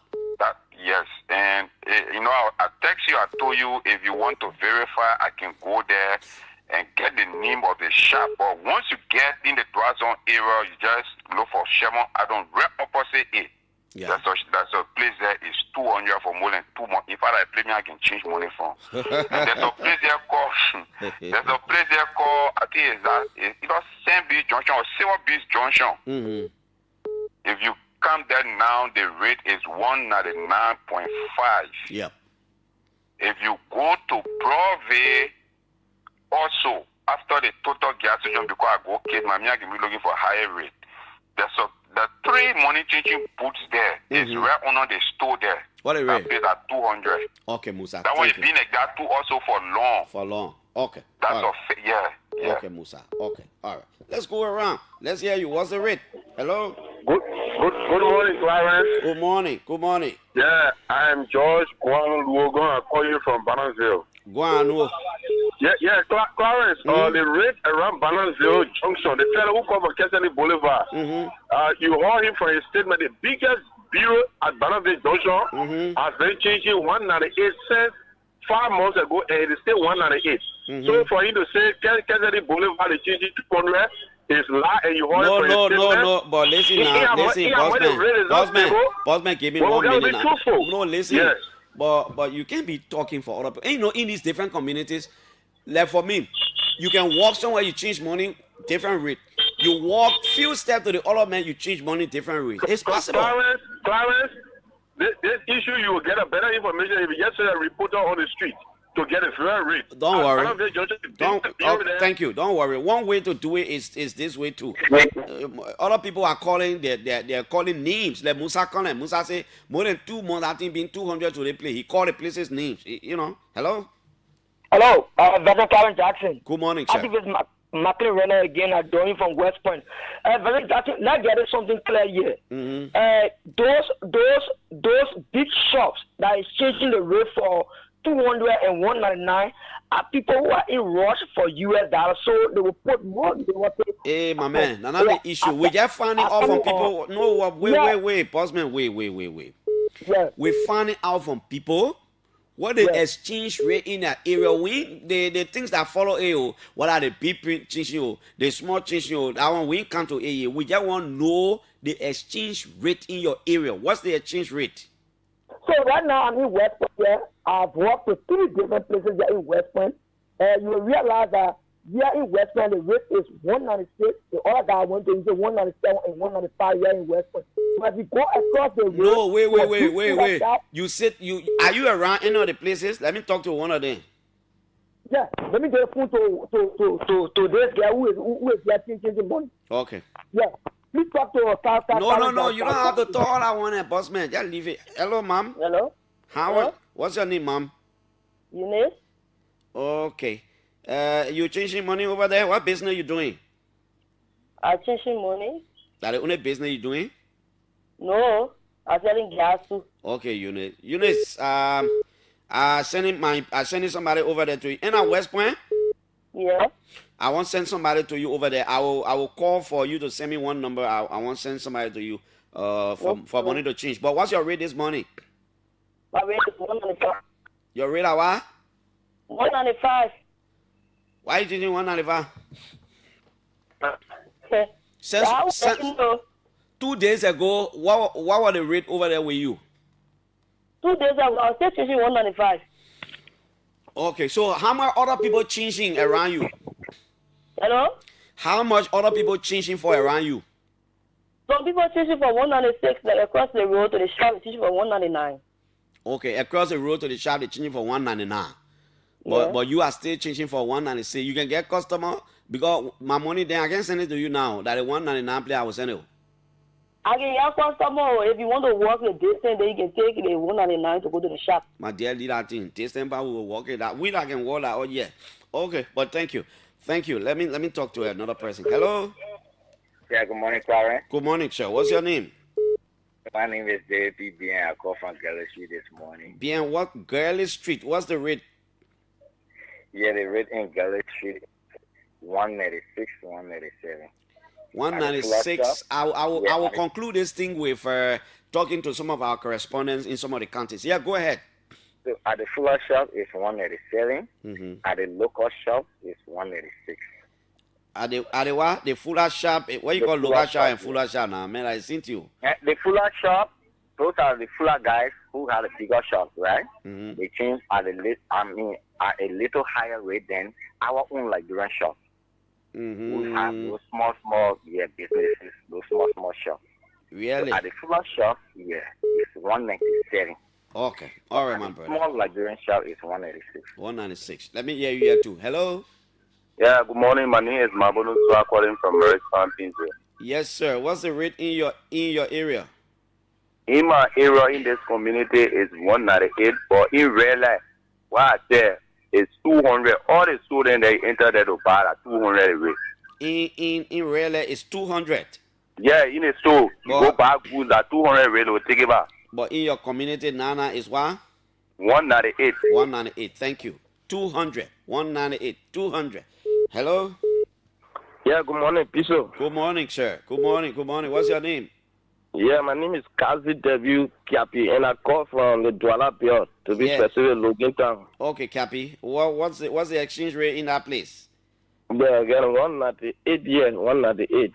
198 as at this morning? Yeah, 2 days ago, and No. it said 198. It could change. It could change. What is it this morning? 198, the same. 198 this morning. Yes. Okay, my brother. Let's go back here. Hello? Yeah.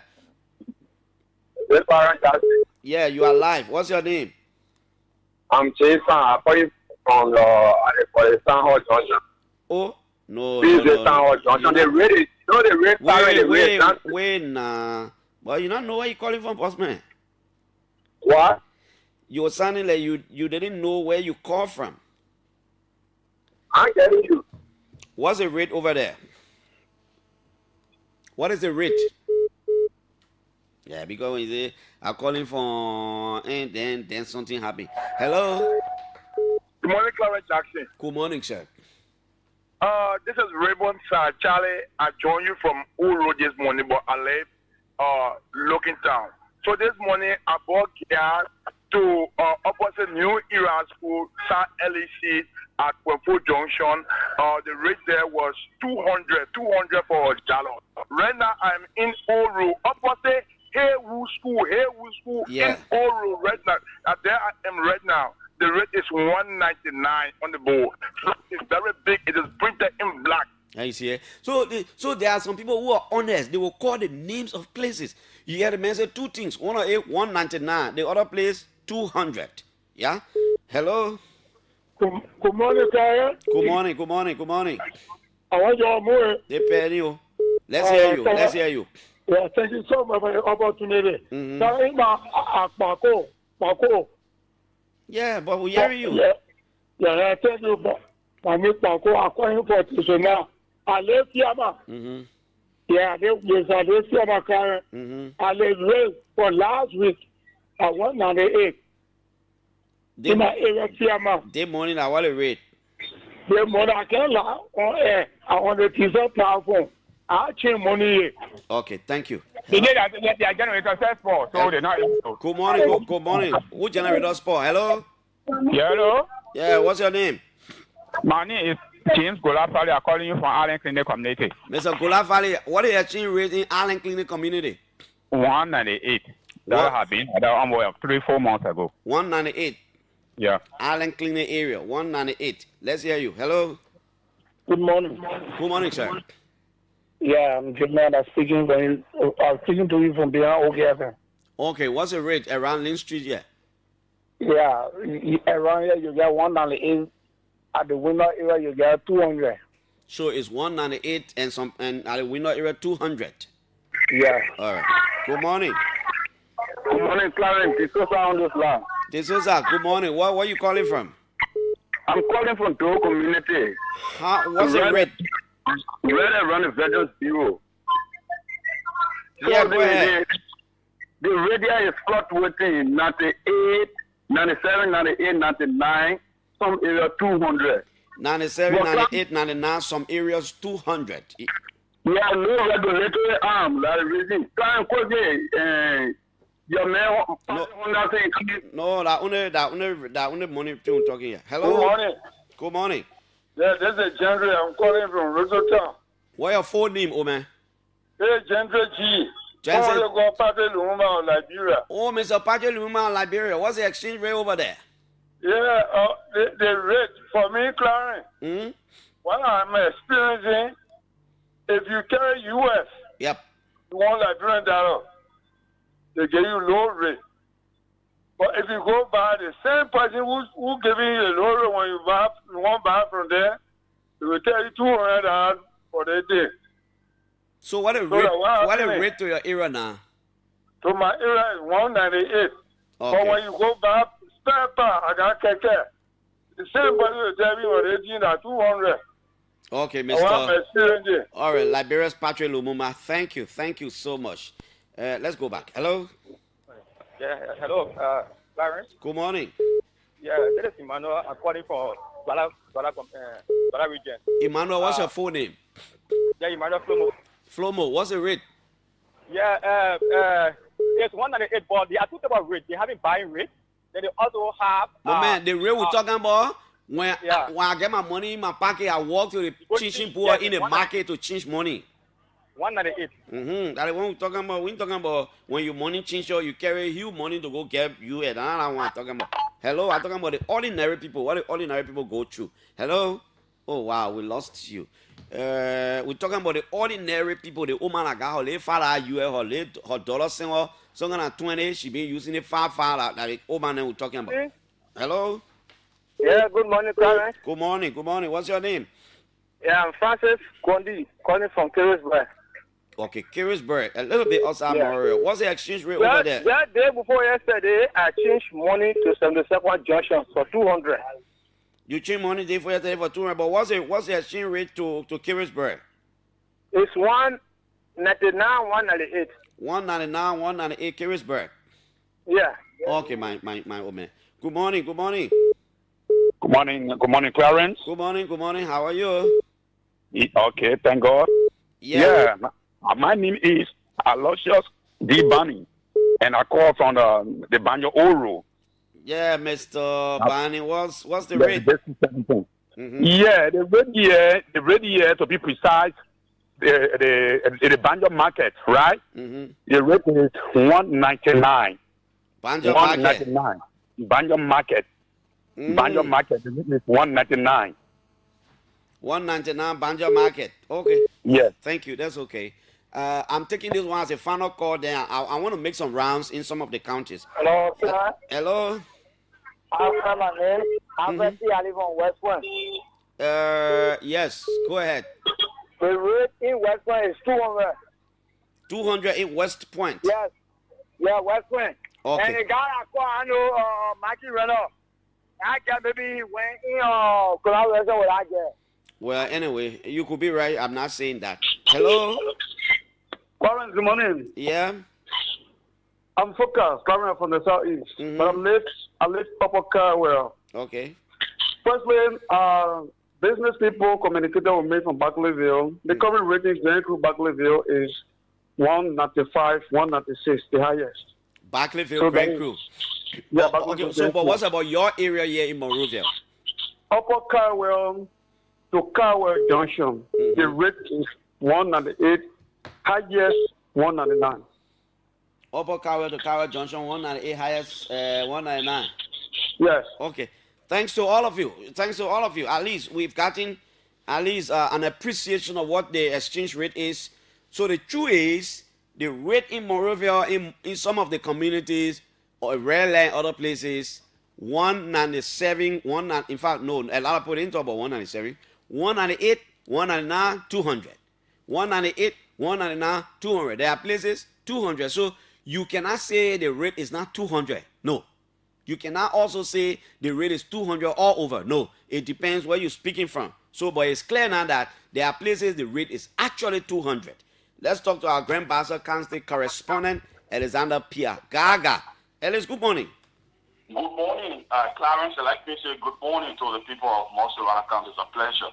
Thank you, Alex. How is Buchanan this morning? What's up? Buchanan is fine. We are here. Okay. Buchanan is doing great this morning. How is the new superintendent, Kaju Johnson? The new superintendent just traveled to Nigeria. They have training there for superintendents of Liberia. So he is part of that training. He traveled yesterday. That's good. Pia, I'm calling you because I was sampling the views of people in Monrovia. You were there in Buchanan. What is the exchange rate in Buchanan? God, I don't want to say Grand Bassa, but let's focus on Buchanan. Well, it depends. Some of the areas you have 199, while you have 200 at some of the business areas. So it depends how the marketeers want to do the exchange rate, because some of them they are in rush to go and buy their goods in US. Okay. So at the end of the day, they will call for higher rate. They will go for the 200, whereas you have other people with the 199, 198. Okay, so the truth is, in Buchanan, the rate is between 198 to 200. Yes. It depends on where you go. Thank you. Alexander Pierre, our Grand Bazaar correspondent, tells us in Buchanan, the man says in Buchanan, the rate is 198, 200. You get a rate there for 198, you get it there for 200 in Buchanan. 198, 199, 200. Depends on, where you go and who you talk to. This is the OK Morning Rush. 9 o'clock, Representative Alex Noah will be here. I thought it was good to gauge the views of the people. Let the Liberians, they go through the everyday thing. What are the rates high? What are the rates low? What are the prices are dropping? What are they going up? The ordinary Liberian people will feel the pinch of whatever the situation is, what a go about. So sometimes it's good to give them the opportunity to be heard. Let me go to Maryland County and see what I can talk to our Maryland County correspondent there, Johnny Nangbe, to just hear from him what the exchange rate is, and so that you have an appreciation. Maybe we'll cross over to Grand G there. Who knows? Let me see. Let's go to Maryland. If we can get Johnny Nangbe, it will be good. Let's go to Johnny Nangbe and see what the issue is. Is Johnny there? Johnny, good morning. Are you there? Well, good morning, Clarence, and good morning to our beautiful listener this morning. Johnny, it seems I took you by surprise, but it's okay, Johnny. Where are you? Which part of Maryland? Are you in your regular Plebo or you're in Harper this morning? No, in my regular Plebo. Today's Monday. We try to put things together to get to the various destination in Maryland County. The boy like his Plebo. Plebo is I would say is a commercial capital of Maryland. When I went there, I know what I saw. But what is the exchange rate in Plebo at the moment? Well, now in Plebo, as you already tell me, Plebo is the commercial city now of the entire southeast, where people from the various counties come to Plebo to do business. And now the rate in Plebo is not a bit stable. You can get it around 198 to 200. Okay. It's not a bit stable. Okay. So but the rate is actually it gone up to 200. You can get it 198. You can get it 199. You can get 200. Yeah, you can get a 198, 200, just between that range of 198 to 200. All depends the person you meet, because you understand that the road now is pliable, so people go to Montreal to buy goods. Like going to the season of July, so people will get the money in the US on a very high rate, and people use, I would say, 3 or 4 currency where you use the CFA, like the CFA. People use it to go to Aricos to buy goods. Understandable. Yeah, Thank you. It's very, very difficult. Thank you, Johnny Nangbe. Johnny Nangbe is our Maryland County correspondent. You heard from him. The same with Buchanan. Johnny Nangbe is reporting that in Plebo, for example, the rate is between 198 to 200. So actually you can get it at 200 too. So it's going up to 200. Basa the same thing, 198, 199, 200 too. I just want to talk to a few of our correspondents to give us a picture. Sometimes let's leave more over a little bit and have a picture of what's going on in some of the counties. This is the OK Morning Rush. It's on a Monday, 19th of May, and the year remains 2025. Our next county, we are stopping. By the time we get our correspondent, I'll tell you where we have stopped, and then we'll talk to the president. Maybe I can get 2 more counties. I'm fighting to get one from the western region, from Bapolu, Kitmount, or Bombing. One of them we've heard from Maryland, from the the southeastern region.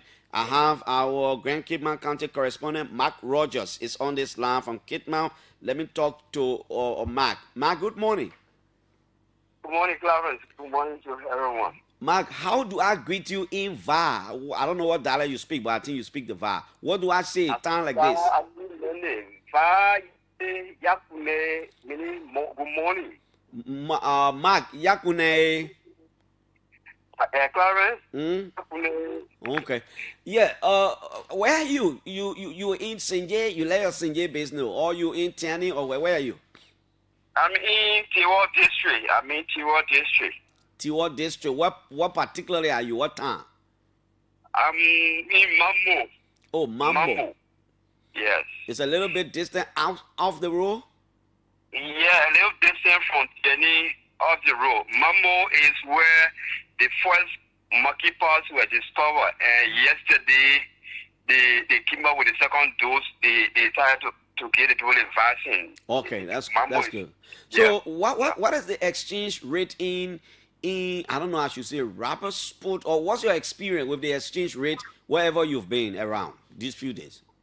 The exchange rate is $1 to 195, 195 to $1 US. So the rate is 195 around the places you've visited so far. Yeah, go Waterford, Jenny, Sinje, even as far as Rabos to 195. Have you heard anybody? Have you heard anybody telling you the rate has gone up to 199 or 200 in that place? Not exactly. We haven't heard that information in Kitman yet. Thank you, Mark Rogers. Mark Rogers is our Grand Kitman County correspondent. Where do I stop? Where do I stop now? What's going to be our last stop? I'm trying to get to one other county, probably in the north central region of the country. Then we can move on now. You know, we can try to take our guests right here on the OK Morning Rush. It's on 99.5. Yes, we have a picture now. So if somebody tells you the rate going up to 200, don't just say already the president is lying. Don't say that, because the rate is not stable in most of the areas. I am now in the Banga. Jonathan P. Lele is reporting from Banga during the war now. Emmanuel Bala is on the line. Bala, good morning. Good morning, Clarence, and good morning, everyone. I hope I haven't waken you up from your comfort zone in Frank Joe. How is your terrain? Well, my terrain is good, Clarence. How was this? How do you call it? The Kwele speaking people. They had something in Banga. Saturday I saw Senator Yala, Senator May, Joel, and Joel Taylor and others. Well, they say that a group organized by Lepolo Tolan, right? Yes. Okay. Sure. And I even saw former Protein Ahmad Jala from Bapolo. He was there, right? Sure, yes. Okay. I think they try to bring the Kwele people together. Let's see how it works. The thing I like about the thing, when election are around, we can see all the things. So election coming, the men can start flying from each other's hand. But it's okay. We wish them well. What's the exchange rate in Banga? So I don't want to say Bon County, but in Banga, what is your experience in recent days, Bala? Well, the exchange rate here is 197 Liberian dollars to $1 US. Is it just like that? Nothing else? You don't find 198, you don't find 199, you don't find 200. Is it just stable at 197? Well, you know, the situation with the exchange rate, most of these money exchangers have their own rate, except the banks, you know, and other bureaus that will go by the central bank's rate. But the highest you will find in Banga is 198. Some money exchangers are changing for, but majority of the guys are changing for 197 to $1 US, and the buying rate, that means if you were buying I'm not interested in the buying rate. I'm just interested in ordinary person walking to change their money. Yes, so it's basically 197 to majority of the places, but few of them you find 198. Thank you, Bala. Thank you so much for talking to us. Thank you. It's a pleasure. Emmanuel Bala is our Bon County correspondent. He's ending this one right here this morning. So the exchange rate differ from one place to another. Up to 200. Some place 197, 198, 199. But you can still get it for 200. So it means it's going up.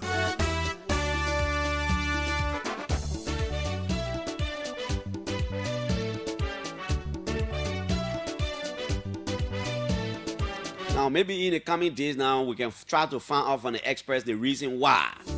But that morning, we're not concerned about the reason why. We just wanted to know the exchange rate. When they were coming, they said they were liberator. But when they killed their crown, they changed their mind. When they killed their crown, they changed their mind. What kind of people they so? They are freedom fighters. What kind of people they so? They are freedom fighters. You freedom fighter, you raping our women. They are freedom fighters. You freedom fighter, you killing our children. They are freedom fighters. Freedom fighter, you destroying our country. They are freedom fighters. Ayo, ayo, ayo, ayo, ayo, ayo, ayo, ayo, ayo, ayo, ayo, ayo, ayo, ayo, ayo. Ayo, ayo, ayo, ayo, ayo, ayo, ayo, ayo. Ayo, yo, ayo, ayo, ayo, ayo, ayo.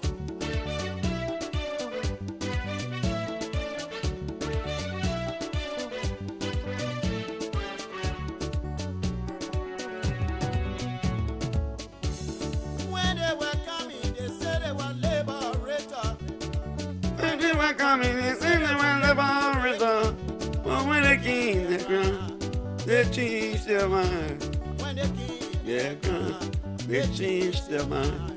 what kind of people they so? They are freedom fighters. What kind of people they so? They are freedom fighters. You freedom fighter, you raping our women. They are freedom fighters. You freedom fighter, you killing our children. They are freedom fighters. You freedom fighter, you destroying our country. They are freedom fighters. Ayo, ayo, ayo, ayo, ayo, ayo, ayo, ayo, ayo, yo, ayo, ayo, ayo, ayo, ayo.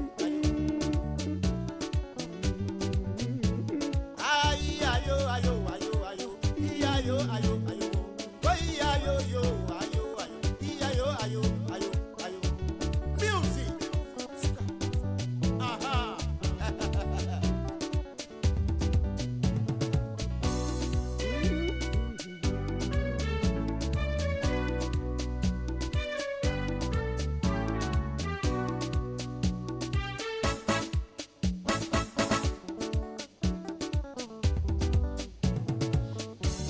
Wani majenye wala wa monyonyu kweyo. Wani majenye wala wa monyonyu kweyo. Ke wana wa kuranye. Now you have an appreciation of what the rate is. Oh, yeah. Tena be monye be miaka. One more freedom fighter. Oh, one more freedom fighter. We're putting plans together to begin to take the shows across the country so the Liberian people can speak out about some of the issues affecting them.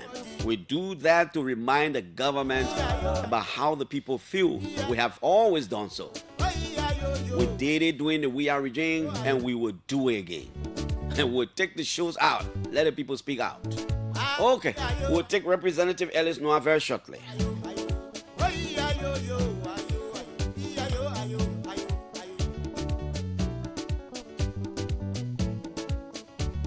Wani majenye wala wa monyonyu kweyo. Wani majenye wala wa monyonyu kweyo. Wana wako na ndeke, wasia wako yawo, wana wako na kuna.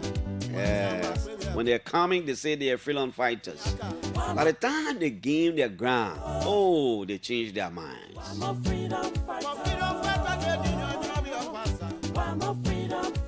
Okay, I will bring down the music right here, and Representative Alex Noah is here in our studio. Many times I wanted to talk to Alex and Clarence. Look, let the impasse finish at the legislature, man. So when I come on the show, I come with a smile in my face because we've reconciled our differences. Got the man, no, when the man got me kind of me push it, man. No, got me do something. Representative Noah, I'd like to say it's a pleasure again to get you here. Good morning. Welcome to the show, my brother. Thank you, Clarence. Thank you for the opportunity, and thank you for all the calls and messages during our impasse, checking up. At a certain point, he insisted that I should come. I said, Clarence, I just need some time off. But in the midst of all of life's vicissitudes, we are here, and thank God for everything. Okay, man. How is your district? How are your people? When was the last time? Is it District what? 3. District 3. When was the last time you ever lay your eyes on that place? So I was there. We in May? We are. Okay, so April. I was there April. Oh, good for of you. some 1 week. I was in the district, but the district is not 100% correct. Our people are not happy. Some part of the district, Okay. because we have an unfortunate situation in the Sapo National Park. The last time, Really? we lost two of our promising young guys to the mining, the honor mine, the mountain for some reason, and it came over them. So we lost two persons, yeah. So that part of the district, our people are not Is the happy. park in your district? Yes, yeah. They call the place Wakaba. Kaba Day to be specific, but then they joined two statutory, administrative districts to make other statutory district. So they call it Wakaba. So two of our young guys died. Again, it is God will, as the preacher man would say. Nobody asking question, but I just say. Are there reports of illegal mining too in your place? Yeah, the Sapo National Park is in my place, and I think you've been following or you've been carrying some of the story that we have people from all over the country, even out of the country. Our neighboring countries, there are some nationals who've been influencing our people with huge money to go and do illegal business in the Sapo National Park. And then it poses a serious threat to our natural resources. Because mind you, Clarence, that park is one of the national resources that we have, natural resources that we have. And internationally, it puts Liberia on the map, because if you were talking about the forestry sector, Sapo National Park is one of the recognizable parks in the world. So when I was small, I can remember people would come from all over the world, going in the Sapo National Park. People, baby brothers would be told in a low, you come in town with $50, $75. Those days, the money were plenty money, Clarence. Yeah. Now that we have the UR rate going up, that time the rate was very low, but things were cheaper as well. So, I've engaged, maybe you're not asking, but since we're on that, yeah, it's important because that being one of the serious. Maybe the question I wanted to ask is, look, the whole thing about the Sando National Park, every time we talk about it, sometimes I'm thinking, when do we reach a stage where we do the needful, we do the right thing, meaning government move in there, get rid of people that are not supposed to be there, get that back to the level that the people of Sino will benefit from that God-given reason. But no, maybe I just generally all of us will benefit, but particularly the people over there, because they see the place is there, they know the place, they seem not to be benefiting anything. What are steps people like you are taking? Because somebody got to do something to make things right. Karen, first we need to appreciate God for giving us something that we did not ask for, but he felt it was necessary to be for us. What do I mean? Those guys in the park who doing the illegal mining, just two shovel. You see him go take out them, even if you were facing iron soap. Yeah. First, the government, the country need to accept that this is a deposit of a natural resources coming from God. And what can we do, since we have the statutory responsibility to protect lives and property and make sure that governance is being shared around our country for our people, to make sure that we make use of this. We're crying for donor fundings. We're doing all of these things when we have the natural resources. All we need to do is to put mechanism into place to make sure that the resources, for some level, it may not be shared equilibriumly, but at certain level, on a minimum level, every Liberian should not go to bed hungry. Now, there are a series of discussions, Clarence, with the new FDA management, with the WCF. The WCF is Japanese Foundation and other Conservation International and blah, blah, blah. All the international NGO associated with the Sapo National Park or parks around our country, we have been engaging them. Thankfully, I think the EU also is getting involved. The EU is getting involved, giving some of those institutions donor funding to make sure that the buttress effort of the FDA. But I have proffered, as the direct representative of the people, I have proffered few suggestions to them. One of those suggestions that we have noticed over the time, Clarence, if you were to go to the Sapo National Park and carry that your camera around there, you normally do when you feel sorry and you think you can even manage it as an individual, then even the FDA, the Sapo National Park, even the Bebo that get all of the writing to tell you it is a park headquarters, everything is being damaged because FDA cannot face it, for example. So one of the things doing Senator TJ at the time he was Superintendent Honor Erling, they invaded the park. You can remember that time illegal manners were taken from the park. People were even jail. They did it to the SRC, the Sando Rubber Plantation, when they took over just to make sure that those places are secure. Now, the FDA or the government will come and take Clarence from OKFM to go and move people from in the park, knowing that Clarence will soon come back to Morovia, right? If Clarence leaves, those people go back because Clarence is not there. He finished getting a 2 month pardon, blah, blah, blah, and he thinks that you have already clearly placed. But those are people who live there, who know all of the surrounding entrances to enter the place. Now, I have proffered to the donors and the FDA, you got to get the locals involved. What do I mean? Train park rangers from the surrounding towns around the park. Those people, even in our place, $50 seem big to somebody who now getting a car to go to work. Give our people at least $200 and say you are park ranger in Cheviot Town, in Badawang, in Jadestown, in Fornell Town, in Chedu Town, and I name it all of the towns surrounding the park. If those people are there and Clarence is coming from Zoeju with the intention of stopping in one of those towns to go to the Sapo National Park, I would say, no, Chief, the government is protecting that place, and that place, there where we're getting our daily bread from. But you don't employ our people, the unemployment rate is even worse than the whole unemployment rate in the country. The people don't see themselves in the park because the park carries it. Mind you now, that's why it benefits the whole country, but it carries a particular place name. You know, that's Sino first and then Sapo second. So the people in our immediate environment should be people when you see, say, oh yeah, that man, he lives around the park because the park is bringing in money, and you know, nationally and internationally. So you see that man in FDA dress code, I mean, Ranger Sapo National Park, you feel proud. But you leave our people, there is no hand pumps in other areas. There are no benefit from the locals, and it becoming a problem. Now, when I engage those donors and the FDA, I think there are prospects right now as we speak.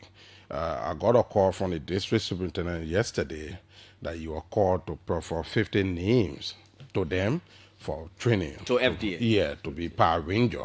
That's out of the million steps, that's a one step forward.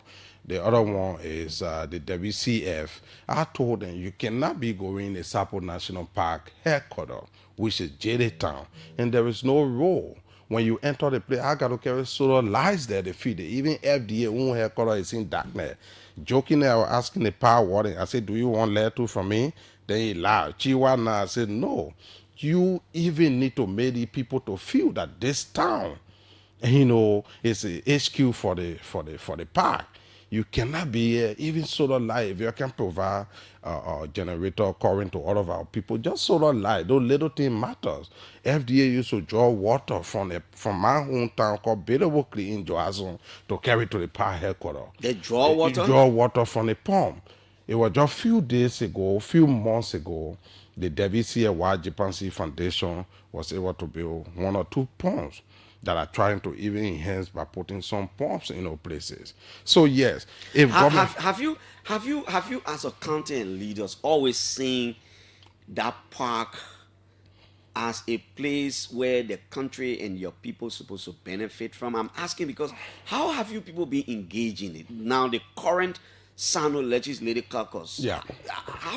How come you've not made a priority to the extent that you present a very strong case, have the case, go out to the FDA and try to change some things over there. So mind you, Clarence, since we took over is approximately 1 year, 4 months, 5 months, and mind you, though leadership in all of those entities, also they are all new people.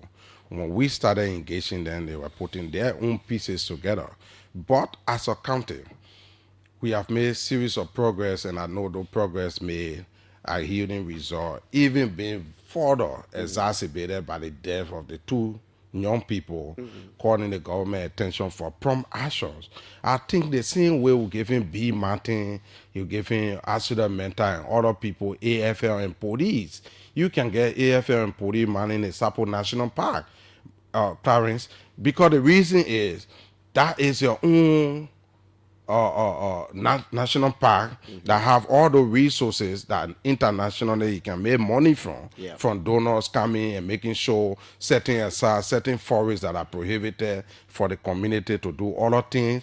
I mean, all the mechanisms that are being in place, they are all accompanied by paying money. So if we government know that these things benefit us as a country, then we should need to be taking it seriously. If you visit most of the company side, you will see ESPA, who are manager, AFL, and all the police, everybody you think about. When even to our various districts, some districts only have 1 police officer. At the end result, that police officer joining the community to be beating rest and doing other things because he or she is scary, so that they can be beaten when there is an issue. So we can make use of those people that we pay as a government to protect the park. Better stay, like I said, the young people around the Sapo National Park who are not doing anything and waiting to work and protect their own park. You can make them to work also in that direction. Let me tell you the story and you will laugh. Those people who have money from different counties and countries, when they go there, when Clarence can tow 3 bags of rare, they call Clarence Keke to carry in the park because you got to get in your town and walk in the park is about 7 to 8 hours to get in the park. Serious? So if you tow in 3 bags already, they call you Keke. If you can tow 5 bags, they call you Pico. You can. I mean, they just giving our guys name. And people can tow that amount? They're doing it. They're doing it because of the financial insolvency and the adversity everybody is going through economically in our country. So yes, it may not be healthy health-wise, but they will do it because that's the way they maintain their family. You don't have a road going there? No, that bridge road now because in the park itself, even when we were small, no road going in the park because the intent of not carrying road because the wild animal or wild protected species. I know, but at least rowing stopping somewhere that you can just stop there. No, so it will 10, stop. 15 minutes. No. So the park is not just 10, 15 minutes because the intent is the protected species you're talking about, they far off. They don't need to be hearing car sound, human being sound, and all of that. So the real park It's that rational. have all the things they are far. It is far off. Okay. Yeah. So yes, that's how our people are being used. It's not safe. It's not right, but because they want a daily bread. So yes, again, like I said, is everything okay? No, but with our intervention, are we headed somewhere? Yes. And I think with the death of the 2 young guys, there are more efforts with the cause communicated with my district superintendent and the county superintendent. I think we have headed somewhere. The chairman of the caucus will be in country soon. I think he's here right now. I'll find out after the show. The caucus need to meet also to make sure that all of these things are concerning the park. We meet with the executive, more especially the FDA and other people responsible, justice minister and other people in conjunction with all of our stakeholders concerning the park thing to see where we go the next. Oh, that's good. Now let's give us an appreciation of some of your work in your district. What there are computing development priorities in District 3. The people in sign. There are some places, you know, I know it will differ from one community to another. To what extent have you made intervention? Thank you, Clarence. Many times on the show, myself, I hate to be counting those things, but that's why our country require. Because many people will say, oh, when you work inside, it means you are not doing anything. But I know when I on the show, I let the son of people to call and say things about me. When you say, other people will say you're bluffing. But Clarence, when we took over, I sat on your show and I told you, Since I took over in June, I was able to visit the district, and I started with what we call District 3 will not be the same. We engage in going into various sector of our district. We go in the energy sector. We are now on the third district to be electrified. Because mind you now, Clarence, I'm the only representative who have the biggest district in the county, non-population wise now. We have 9 statutory districts. 9? Yeah, in Sino. Okay, in the whole county. And my district have 5. My electoral district have 5. 5 statutory districts. It means you have more than 10 local districts. Exactly. So even if I were on motorbike, because on area motorbike, it's only me, it would take me 2 months consecutively. Every morning you wake up, 2 months to complete to tour your whole district. My district. You got a big district. Yes. So District 1, I think have 2, and District 2 have 2, or District 3 have 2, District 1 have 1 statutory district. Now, I have the Sancoin, you have the Tayo one, you have the Wakawa, you have the Joasson, and you have the Sinkon. That's how big the district is. So when we took over, before winning the election, we promised our women that with all of the calls you placing to me as candidate for business money, by the time I win, even man on winning, I will give you $5 million. That $5 million was presented to each of the district leadership, the women leadership. And to tell you, on this show, and some of the women will be listening, they may call, all of my women are doing well in various towns. Because what they're making a form to be a revolving form, give it to 10 staff or OKFM. After 3-4 months, they give it to another 10 staff. But then she would have, sold over the period of the 10 months a mass profit, and then give that same money. If that was 50,000, no further adding on that 50,000. Give it back to the other group, and then that's how the money is being rotated in the district. So my woman doing well. No woman. 5 million to how many districts? To the 5 districts. 5 million times 5, so that's 25 million. No, each district 1 million. Oh, 1 million. Yeah, so 5 million. Yeah, 5 million. Okay. You got to start. You have a structure set up. Yeah, the manage. Women. Yeah, to do that, we did a structure. That structure was in place before that money was carried. Okay. And me, passing on the president, I'm happy. When I enter the district and women bringing chew, come on, they bring in pineapple, they say, oh, chief, that business, that's the thing that we're doing. It's not about... What's the benchmark? One person can pull up to how much? So I think they were giving 30, so it was depending the size of your town and your business. Some people were getting 30, 40, 25. Even some people even say, I only want 10 to start with my fish. And just something. Because if you have not done it before, you feel scared, taking huge amount and something. But they know how they're managing it. But I can say to you, they are doing well. No interest? No interest. They're not going to pay back the money? No. But it's revolving? It's revolving. So, for example, Clarence can take as many, and as the other people are completed, for example, it goes around again. You getting the point? Yeah. So that money with the leadership, Clarence took in the first round, but 10 groups are already taking. There are names still, the money still there. Clarence can go and take some again out of his business. So they are doing well. Before the election, we got involved into the health sector, and I told you on your show when I appeared for the first time that we have an ambulance in the district, or Land Cruiser ambulance that goes around the district, making sure that no ambulance is taken from Greenville to come for our people. Mind you, Clarence is rushing to go to Single. The traffic in Single waiting for, car to come from Clarence. There is car available around here to carry Clarence. All the men need to do is support fuel. That was the arrangement between the people and myself. I service the ambulance, but you who person sick, fuel will always be there. Mind you, the tank is always filled, sitting. But if you'll replace it. Exactly, you will replace it by the time they drive your person to the end. Clarence, I can tell you, if the health team in Sino, if they are the leadership monitoring, they will call you, and they have been doing well. Even they place a driver on stopping. Before, when I started, I used to pay the driver, but now they're taking care, because the county health team. Yes, they know it's helping them.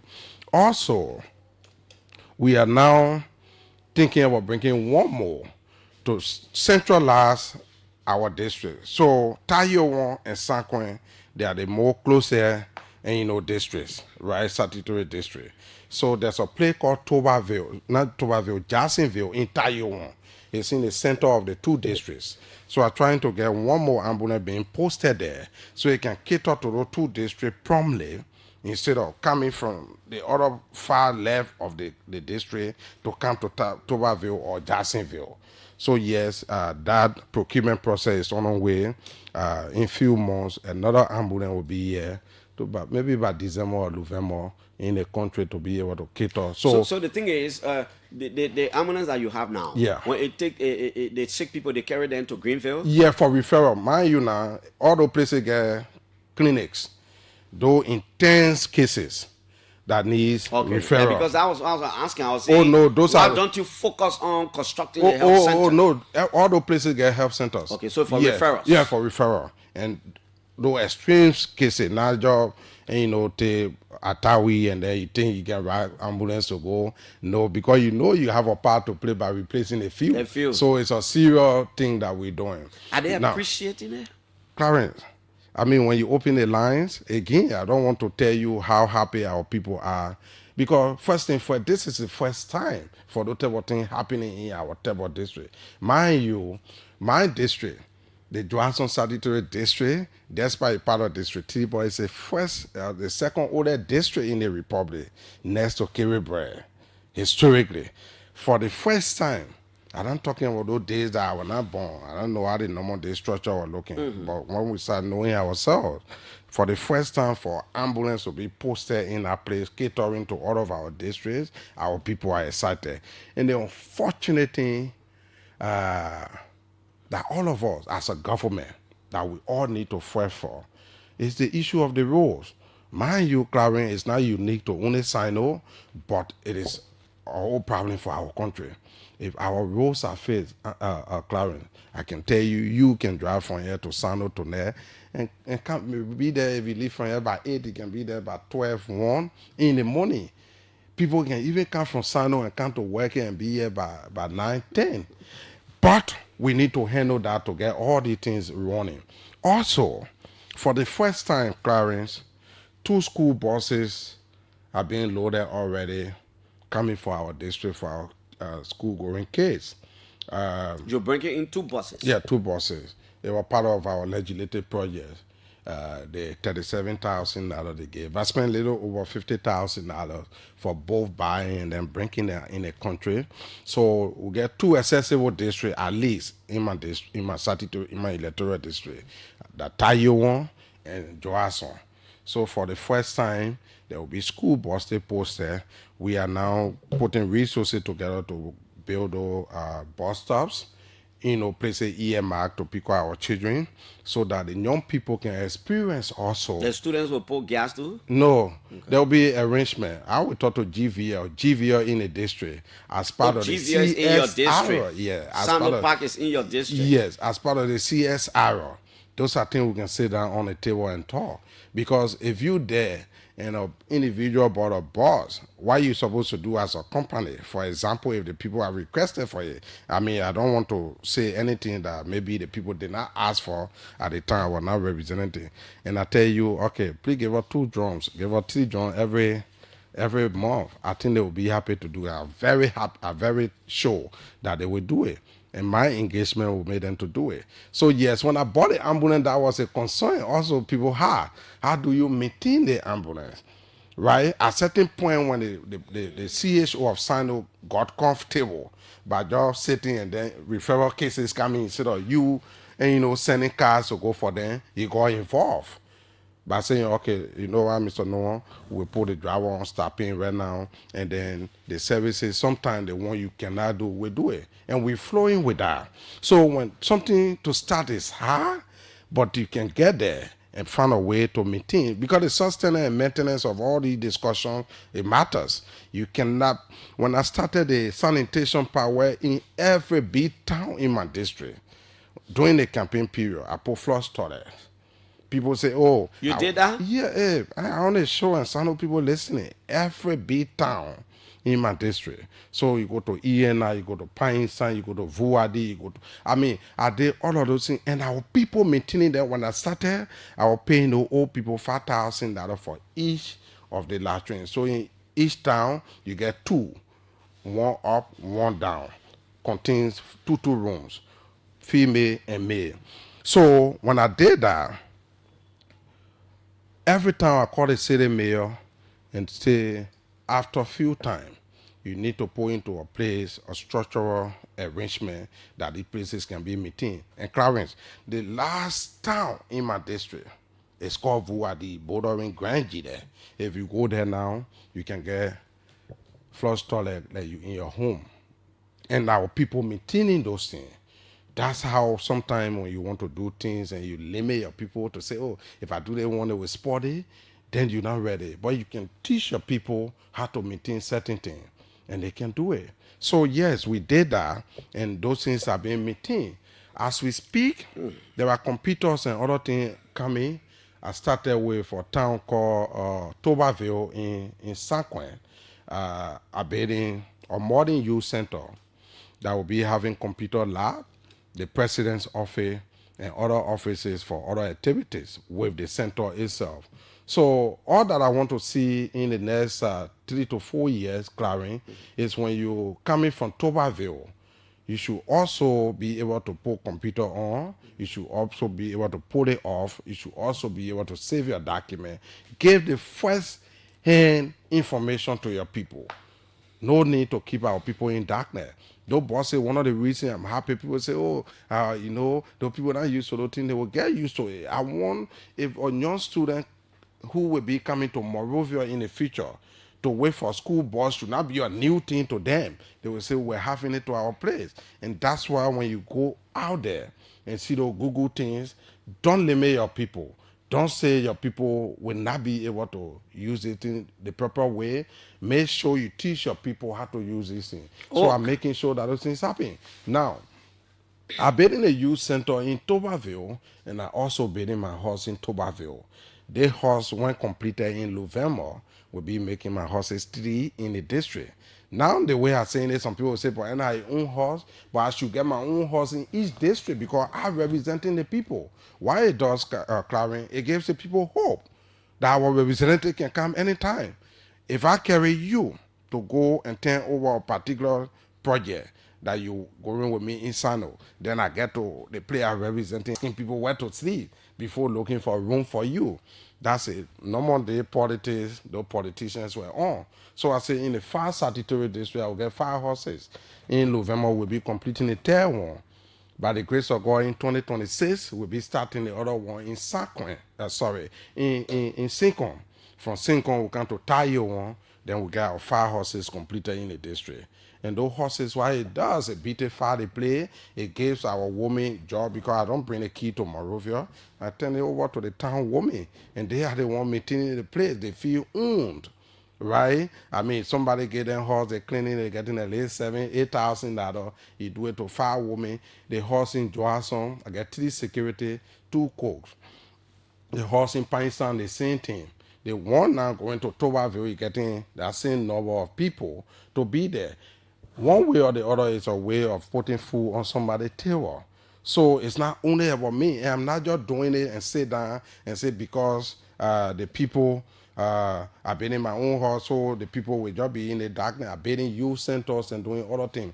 I just despise your boho. Who can build the houses? You can carry them from Morovia? Team Noah, my team is an organization. It's not just political thing after politics and then you just throw your people away. Okay. So I get a construction team. Mind you, I told you on your show before I got into power, I changed over 215 horses in when I was in the port at the time. What I used to do, every month I commit about $2,000 to my salary to what we call the LPO. They give you material. Later you pay monthly. And that's how I was getting those things to be able to do those things. So I changed over 215 horses in when I was port manager. Now it's starting in November. So what would the prerequisite or what is contingent in obtaining that is, first you should be along the road or the older people in the town who husband or woman is not living. Sometimes you know that certain people we are suffering. Yeah. Those are people I would think can spark up and will get those benefits to. Before doing that, we also, after turning over the horses, we get them over 1,500 mattresses to make sure you can get climbing a brand new house and there is nowhere to sleep. So that was my own way. That dream, we also now what I'm trying to do is to get one truck in country, because one of the expensive things in the work we do is transportation. When you buy all those things, sometimes the driver will charge you almost every cent you pay to get those things. So I'm trying to get a truck that will be able to commute around my district to carry those things for our people. Also, I'm going, like you said, and you're right. There are competing priorities, but in the midst of them, there are different areas based on the situation. So there's a picture I sent you there. Okay. I'm doing a renovation that costing me a little over 25,000 US dollar on the Drawson City Hall. The Drawson City Hall for the past 12 to 18 years, when Clarence is in the city hall and then we discussing rainfalling, people will be bringing bucket and all of that, right? To put it there so that the water can test Clarence. I said, no. When I want to tell my people thank you, I said, before I enter here again, the city hall will be fixed. And that city hall, as we speak, they're carrying the TV, so because today I put in 2 TVs, I put in air conditions, and I put in everything. In the city hall? In the city hall. And I bought a solar panel that cost me a little over 3,400, 15 kVA. If that were Liberia, it would have been around 12 to 15,000 dollars coming from China. So that I can be talking about gas fuel, but the people will get 24 hours. So you use a solar energy to... Yes. How many ACs? 2. Okay. And 2 can serve them. Okay. Right? In fact, at a certain point, they will call it, the old people will say they cold too much. But at least I just wanted to taste what it means to get a young person, youthful representative who go out there and see things to come back to you and share those things, go good things with you. So now, as we speak, those things also, they are on their way. Okay, Alex. Also, Clarence, as of next school years, we did a survey on all of our schools, knowing the color of their uniform and everything. Every school year, we'll be supplying our schools bowl bears, copy bowls, and all of that in the district. And the reason is our people, they want to do it, but things are tough. So at the end result, you see those young people, they eat, they sleep, they just play, and they go to bed.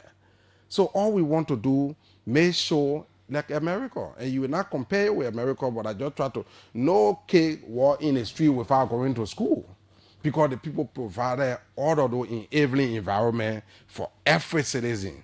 So if a child, maybe he said in that which I did not see since I've been going to America, there will be question. Even your children, if they didn't go to school for 2 days, they're calling you from the school.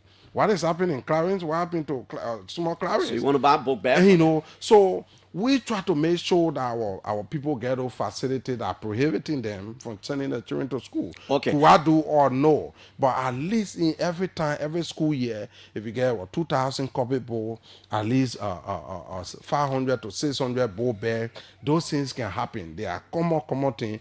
All you need to do is to think out of the box and make sure that these things happen for your people. One of the things that have come to my attention from your district, I don't know what other people have told you, is that most of the local government officials in the district who got appointed, they are yet to begin to take their pay. Yeah, so I think that problem existed a few months ago, even prior to that quote-unquote suspending all of them for not declaring their asset. But I think there are some who taking pay and there are some. Now, also, we wouldn't back case. The government, if you do administration, there is an organic structure of governance. So, for example, you have the district superintendent, you have the county superintendent, right? If there is a problem in the district superintendent, the county superintendent, they will reach out to us to make sure when they need our intervention. Mind you now, they come from the executive. They know what the people going through. But there is no individual citizen who have come to me that they have not taken pay. So if that case comes before me, that particular case, I can treat it as simple as it is. But officially, there is no document on my desk from, either the county superintendent or the local district superintendent complaining, and that they need our intervention. That government is not Now, paying the people. from all the things you listed, it seems there are a lot you do in your district. Now, at the legislature, there's still a confusion about, the people making the people. Somebody's asking, where is he getting all the money from to do what he's doing? Yeah, so, Clarence, you're working with OKFN here, and see, with my experience, I know many days you lose sleeps just to come here to give our people. Every day. But you go out for Clarence pay here, it will be less than what people expect. Then people say, but how Clarence can be wearing a clothes, you get Piso on it? Yeah. Where you taking the money from? But Clarence... They ask me too. Exactly. Why Clarence working with OKFN, he drives a nice car that the windshield is all every time. People will ask you those questions. Now, but Clarence, let me tell you, we are just careful because of the same Liberian people. That where you getting the money from? That's something they're looking for now to go to RACC or to go to... Yeah, I mean, and the reason I'm saying this, Clarence, see the foreigners, see how they enjoying our country. Nothing paid them doing business. Right? Also, personally, myself may not get involved into business. At a certain point, due to conflict of interest, there are certain things I can do. But equally so, if you're in the position to be comfortable, think out of the box. They don't depend on the salary. Because when the salary comes, I don't know, for some reason, the sickness can know. By the time you take pay today, the time somebody will call you from the hospital. That's the time somebody will want to travel, but the plane ticket not correct. Different problems. When those problems come, you who know that don't say no to them is hard. So some of us beyond what you make. So the point I'm making is, we came to the position where having small things. Let me put it that way. When Clarence said, hey, guy, put 2 guys on there, I want not conflict of interest, and I get no dealing with the person who going buy guy. You get my point? I should not go be doing managing thing in a district, the funny thing that will compromise the interest of your people. That's why I wanted to come. I thought you get one gold company. No, I would not get involved into the thing. And I know my people are proud of me. That's why when the issue of the Sapo National Park, when I speak on it, I speak with vigor because I know nobody in myself in Kohu way. Give me this, do this, and you should be content.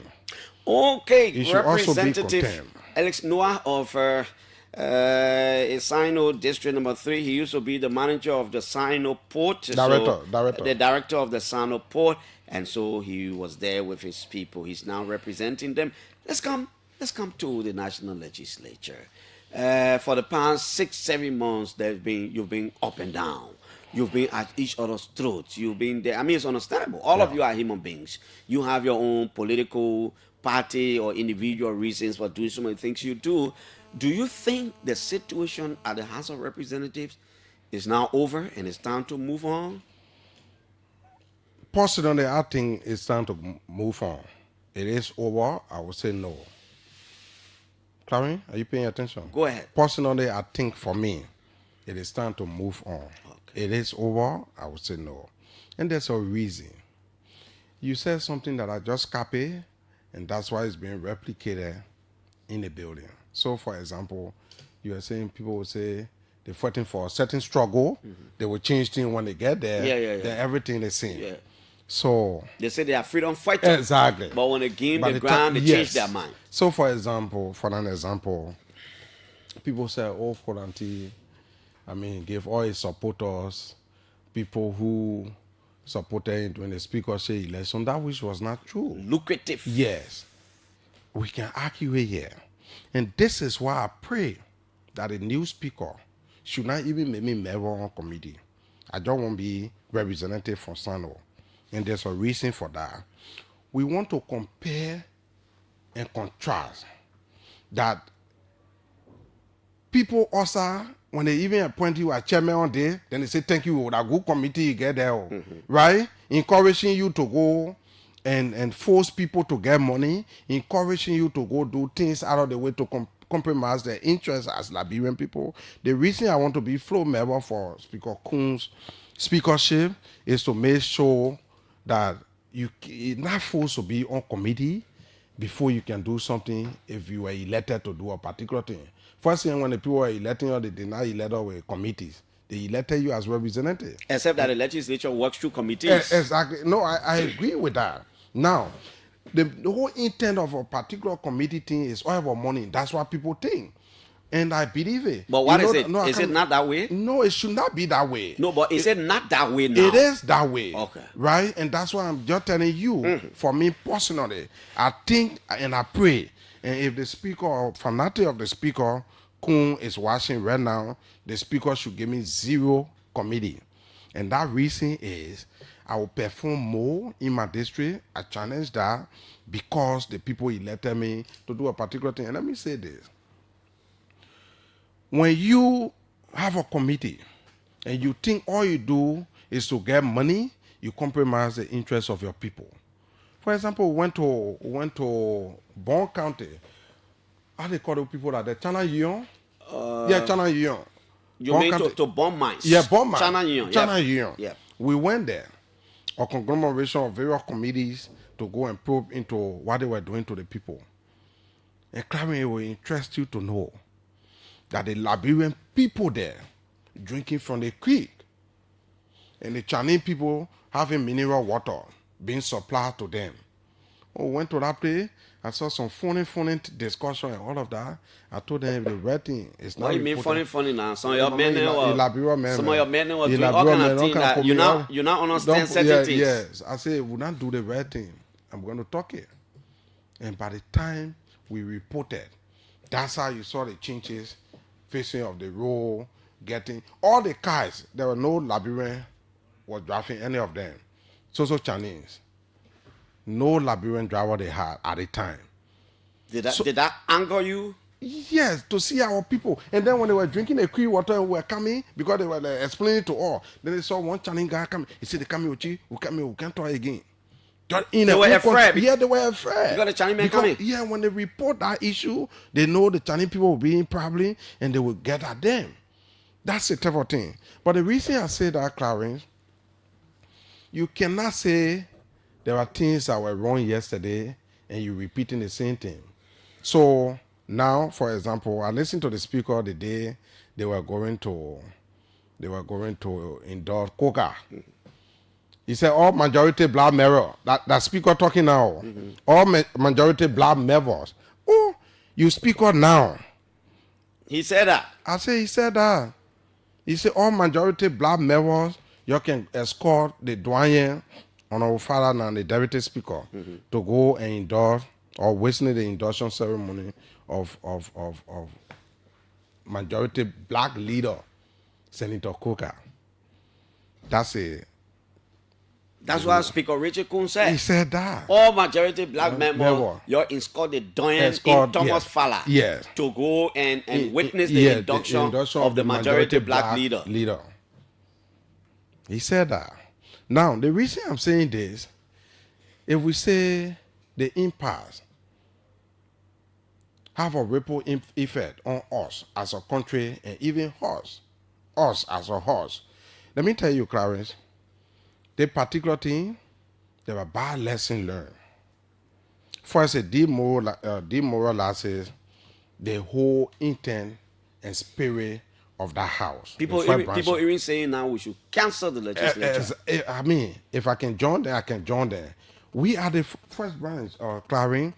There should also be an exemplifying role in our activity. Now, get in my car. By the time the people see RIP 35, you see people faces on the road. Because everything, we make ourselves in a way and form that even people from the executive that are making more money, that are enjoying more than us, the citizens turning against us. And you know the reason? Those laws that will improve the lives of the people, those are things we need to venture in. You play with it too much. So if the people, even the lower Liberian, and I'm not being condescending, but in terms of education and blah, blah, blah, can even make 500 or 300, they will not get time to go stand to Clarence car. But if a concession is coming, that which has not happened since I took over, where they will say they will get lawmaker cars, they will do they want. Then you compromise those good positions or things you need to talk for the Liberian people, or those places that those concessions will be directly affecting, whether positively or negatively. Okay, Those Alex, are things let's we need to take some look into. calls. Representative So Alex Noah. I feel in the house, what have happened, we need to move forward as a country, but the impact, I left whole lot of things that I think we need to retrospect on as Thank a you, country. Alex. And Let's we don't take need to 5 be part minutes of to it. go call 0777700995. Sino Representative Alex Noah is here as our guest. Good morning. Good morning, Veteran Clarence Jackson. Let me say good morning to Representative Alex Noah, activist McLean Render, and I join you this morning Just go again from straight. Luja office. Just go straight there, Chief. Yeah, so let me commend the honorable representative for his well-braided expose this morning. I have two questions quickly to ask the honorable representative. That has to do with the skyrocketing of unemployment in our country. And right now we have the Arsenal Mental Phase 2 project is still hanging at the horse of legislature. What is the representative doing to make sure that in fact the Arsenal Mental Phase 2 contract can be passed to bring more than 3,000 direct jobs and almost 10,000 indirect jobs to the Liberian people?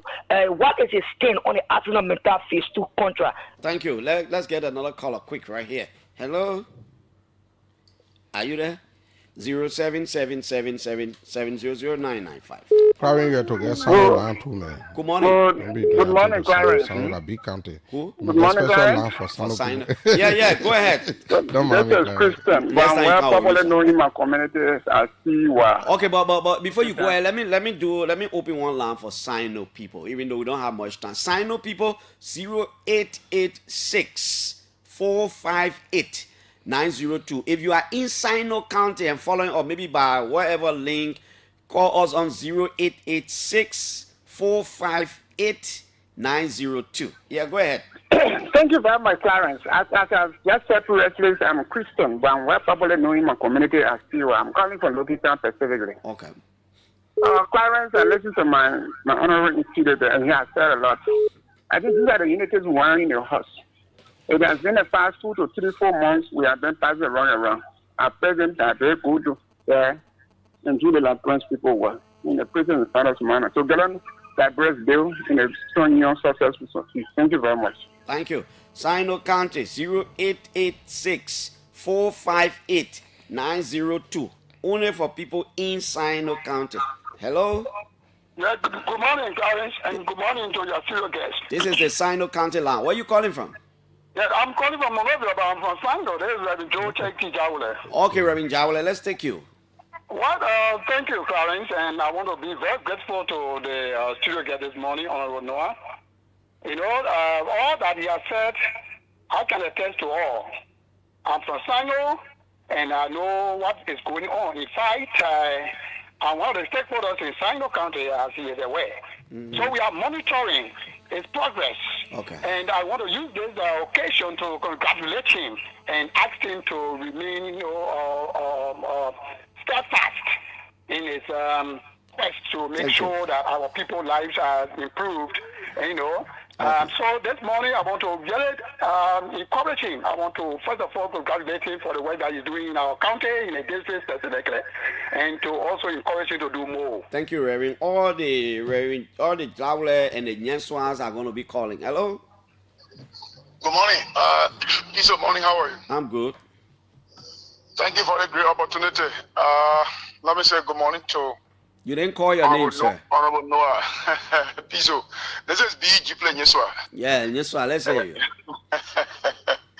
Thanks so much, Piso, for this opportunity again. And thanks to our lawmaker, Honorable Noah, for the level of work and interacting with his people. But Piso, quickly, 2 issues. Piso, in the absence of transformation in the life of our people, back home in Sino and even in Liberia as a whole, as a government, it has to do with bread and butter. So if the bread and butter issue on the table is not addressed, it means that we ain't doing nothing as a government, we ain't doing nothing as the officials of the country, and we ain't doing nothing as a stakeholder. What is the status of Hamambari? That's what I want to ask my lawmaker. Hammerberg, one. Yeah, Hammerberg. Two. Saying almost 5 years now, they have signed an agreement with Liberian government. And I can remember, let me say, peace be to Achet, Honorable Nambwe Straw gave me copy of the memorandum of understanding signed between Hammerberg and the government. I have it. What's number two? What's Your the second status of point. that? Yeah. Second point is the issue of our resources in the Sabo National Park. Piso, you get to the park, you feel discouraged about that. More than that, I agree. I may agree with my honorable to say that you don't have a mining company, but the park is depleting. Okay. Piso, Now, but let's leave it like that. people are going in the park, living there, and doing things beyond. Thank you. That's a human. Thank you, Jensa. Let's take the final one from the Sano line because we got like 5 minutes to go. Hello. Hello. Come Yeah, on. hello, Clarence. Yep. I'm S. Morton Jado, generally from the Port of Greenville. From the Port of Greenville. You said the name? S. Morton Jado. Okay, S. Morton Jado, like how do you call it? What? Go ahead. Yeah, okay, let me say thank you to our district number 3 representative on Renault. We've been having other lawmakers in district number 3 that have been doing their best, or that did their best in the past. But on Renault, when he took over as a young leader of Sino, he's been doing extremely well in all the areas of our district that comprise the 5 district. So let me say thank you, let me say a very big thank you to him. But my question to him is, there was an incident I will call the in the Sapo National Park where 2 our brother life were taken away. So, and we are still hearing that people are still going in the park. What is the way forward with the representative office and the FDA to stop the people from entering the park finally? Thank you. I think you spent a lot of time on the Sino National Park. It seems it is the heartbeat of the Sino people. Let's take the 3 minutes and come to you. We can manage it. Yeah. Yeah. The So Hammerberg. I can remember when we were on the impasse, the issue of the Hammerberg resources was raised by Honorable Kuya of District Number 1. Okay. Now that officially I have resumed work, I will follow up to make sure we know the status. So I think it's a concerning issue. In fact, there was an issue raised also for the Putu mine. Mind you, if we get a Putu mine, there will be 3 counties, right, that will benefit directly that the way you have the accidental and you have in Grand Basso, Bonk and Nima. So you'll be having River G, Sano, and Grand G there benefiting from that Putu mine. So all of us as a lawmaker from that southeast is our concern also. So we look at the 2 statuses of the 2 companies to know what they are. The issue of the phase 1 or phase 2 of the AML contract that Ronald raised, again, Ronald 2 days now at work, I think I will put it as part of my talking point to be able to know what is going on with our code, because I know while we were away too, they were having some sessions. So maybe some of the things may be discussed. So I will find out to know the status of that also. The issue of the Sapo National Park, even before I was poor manager or after the war, people always go in the Sapo National Park, but I was just offering ways to mitigate, if not 100% minimum, let's say eradicating that.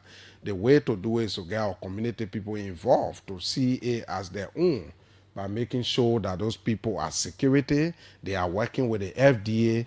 That's the way. But if you were to take AFL and ERU to go and remove the people in 2 weeks, they come back, you will see people going back there. I was just naming towns that surround the Sapo National Park. Those are all entrances that people use to enter the park. So if you get those people employed to those places, I think it will help the process. Now, he stressed issue. I don't know why you would say, despite you not have, you're not manning, but the park is depleted. Yes, I mean, without me manning, there are other people who manning and are intimated that, right? That people there, and it's not good for our place. So it's not got to be me. I mean, we just need to put our feet down as a government. And like I said, it's one of the talking points we have as a caucus to make sure that the park is high on the agenda, to make sure that we work along with the national government in making sure that people leave the park. So we'll always be available, Clarence, whenever you need us.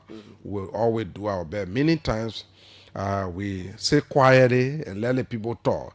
And that's why not too many representatives will say... What's about the land dispute between Tasu and Cabo? Yes, so I'm involved. I just had a final meeting with the Monrovia Bay, 2 sessions, people involved, and they have agreed to give me a roadmap that all of us go there to resolve it. Okay. So yes, it's on our way for resolution. Also. At least Noah, thank you so much for coming. At least we can get you here now. Thank you, Clarence. Thank you.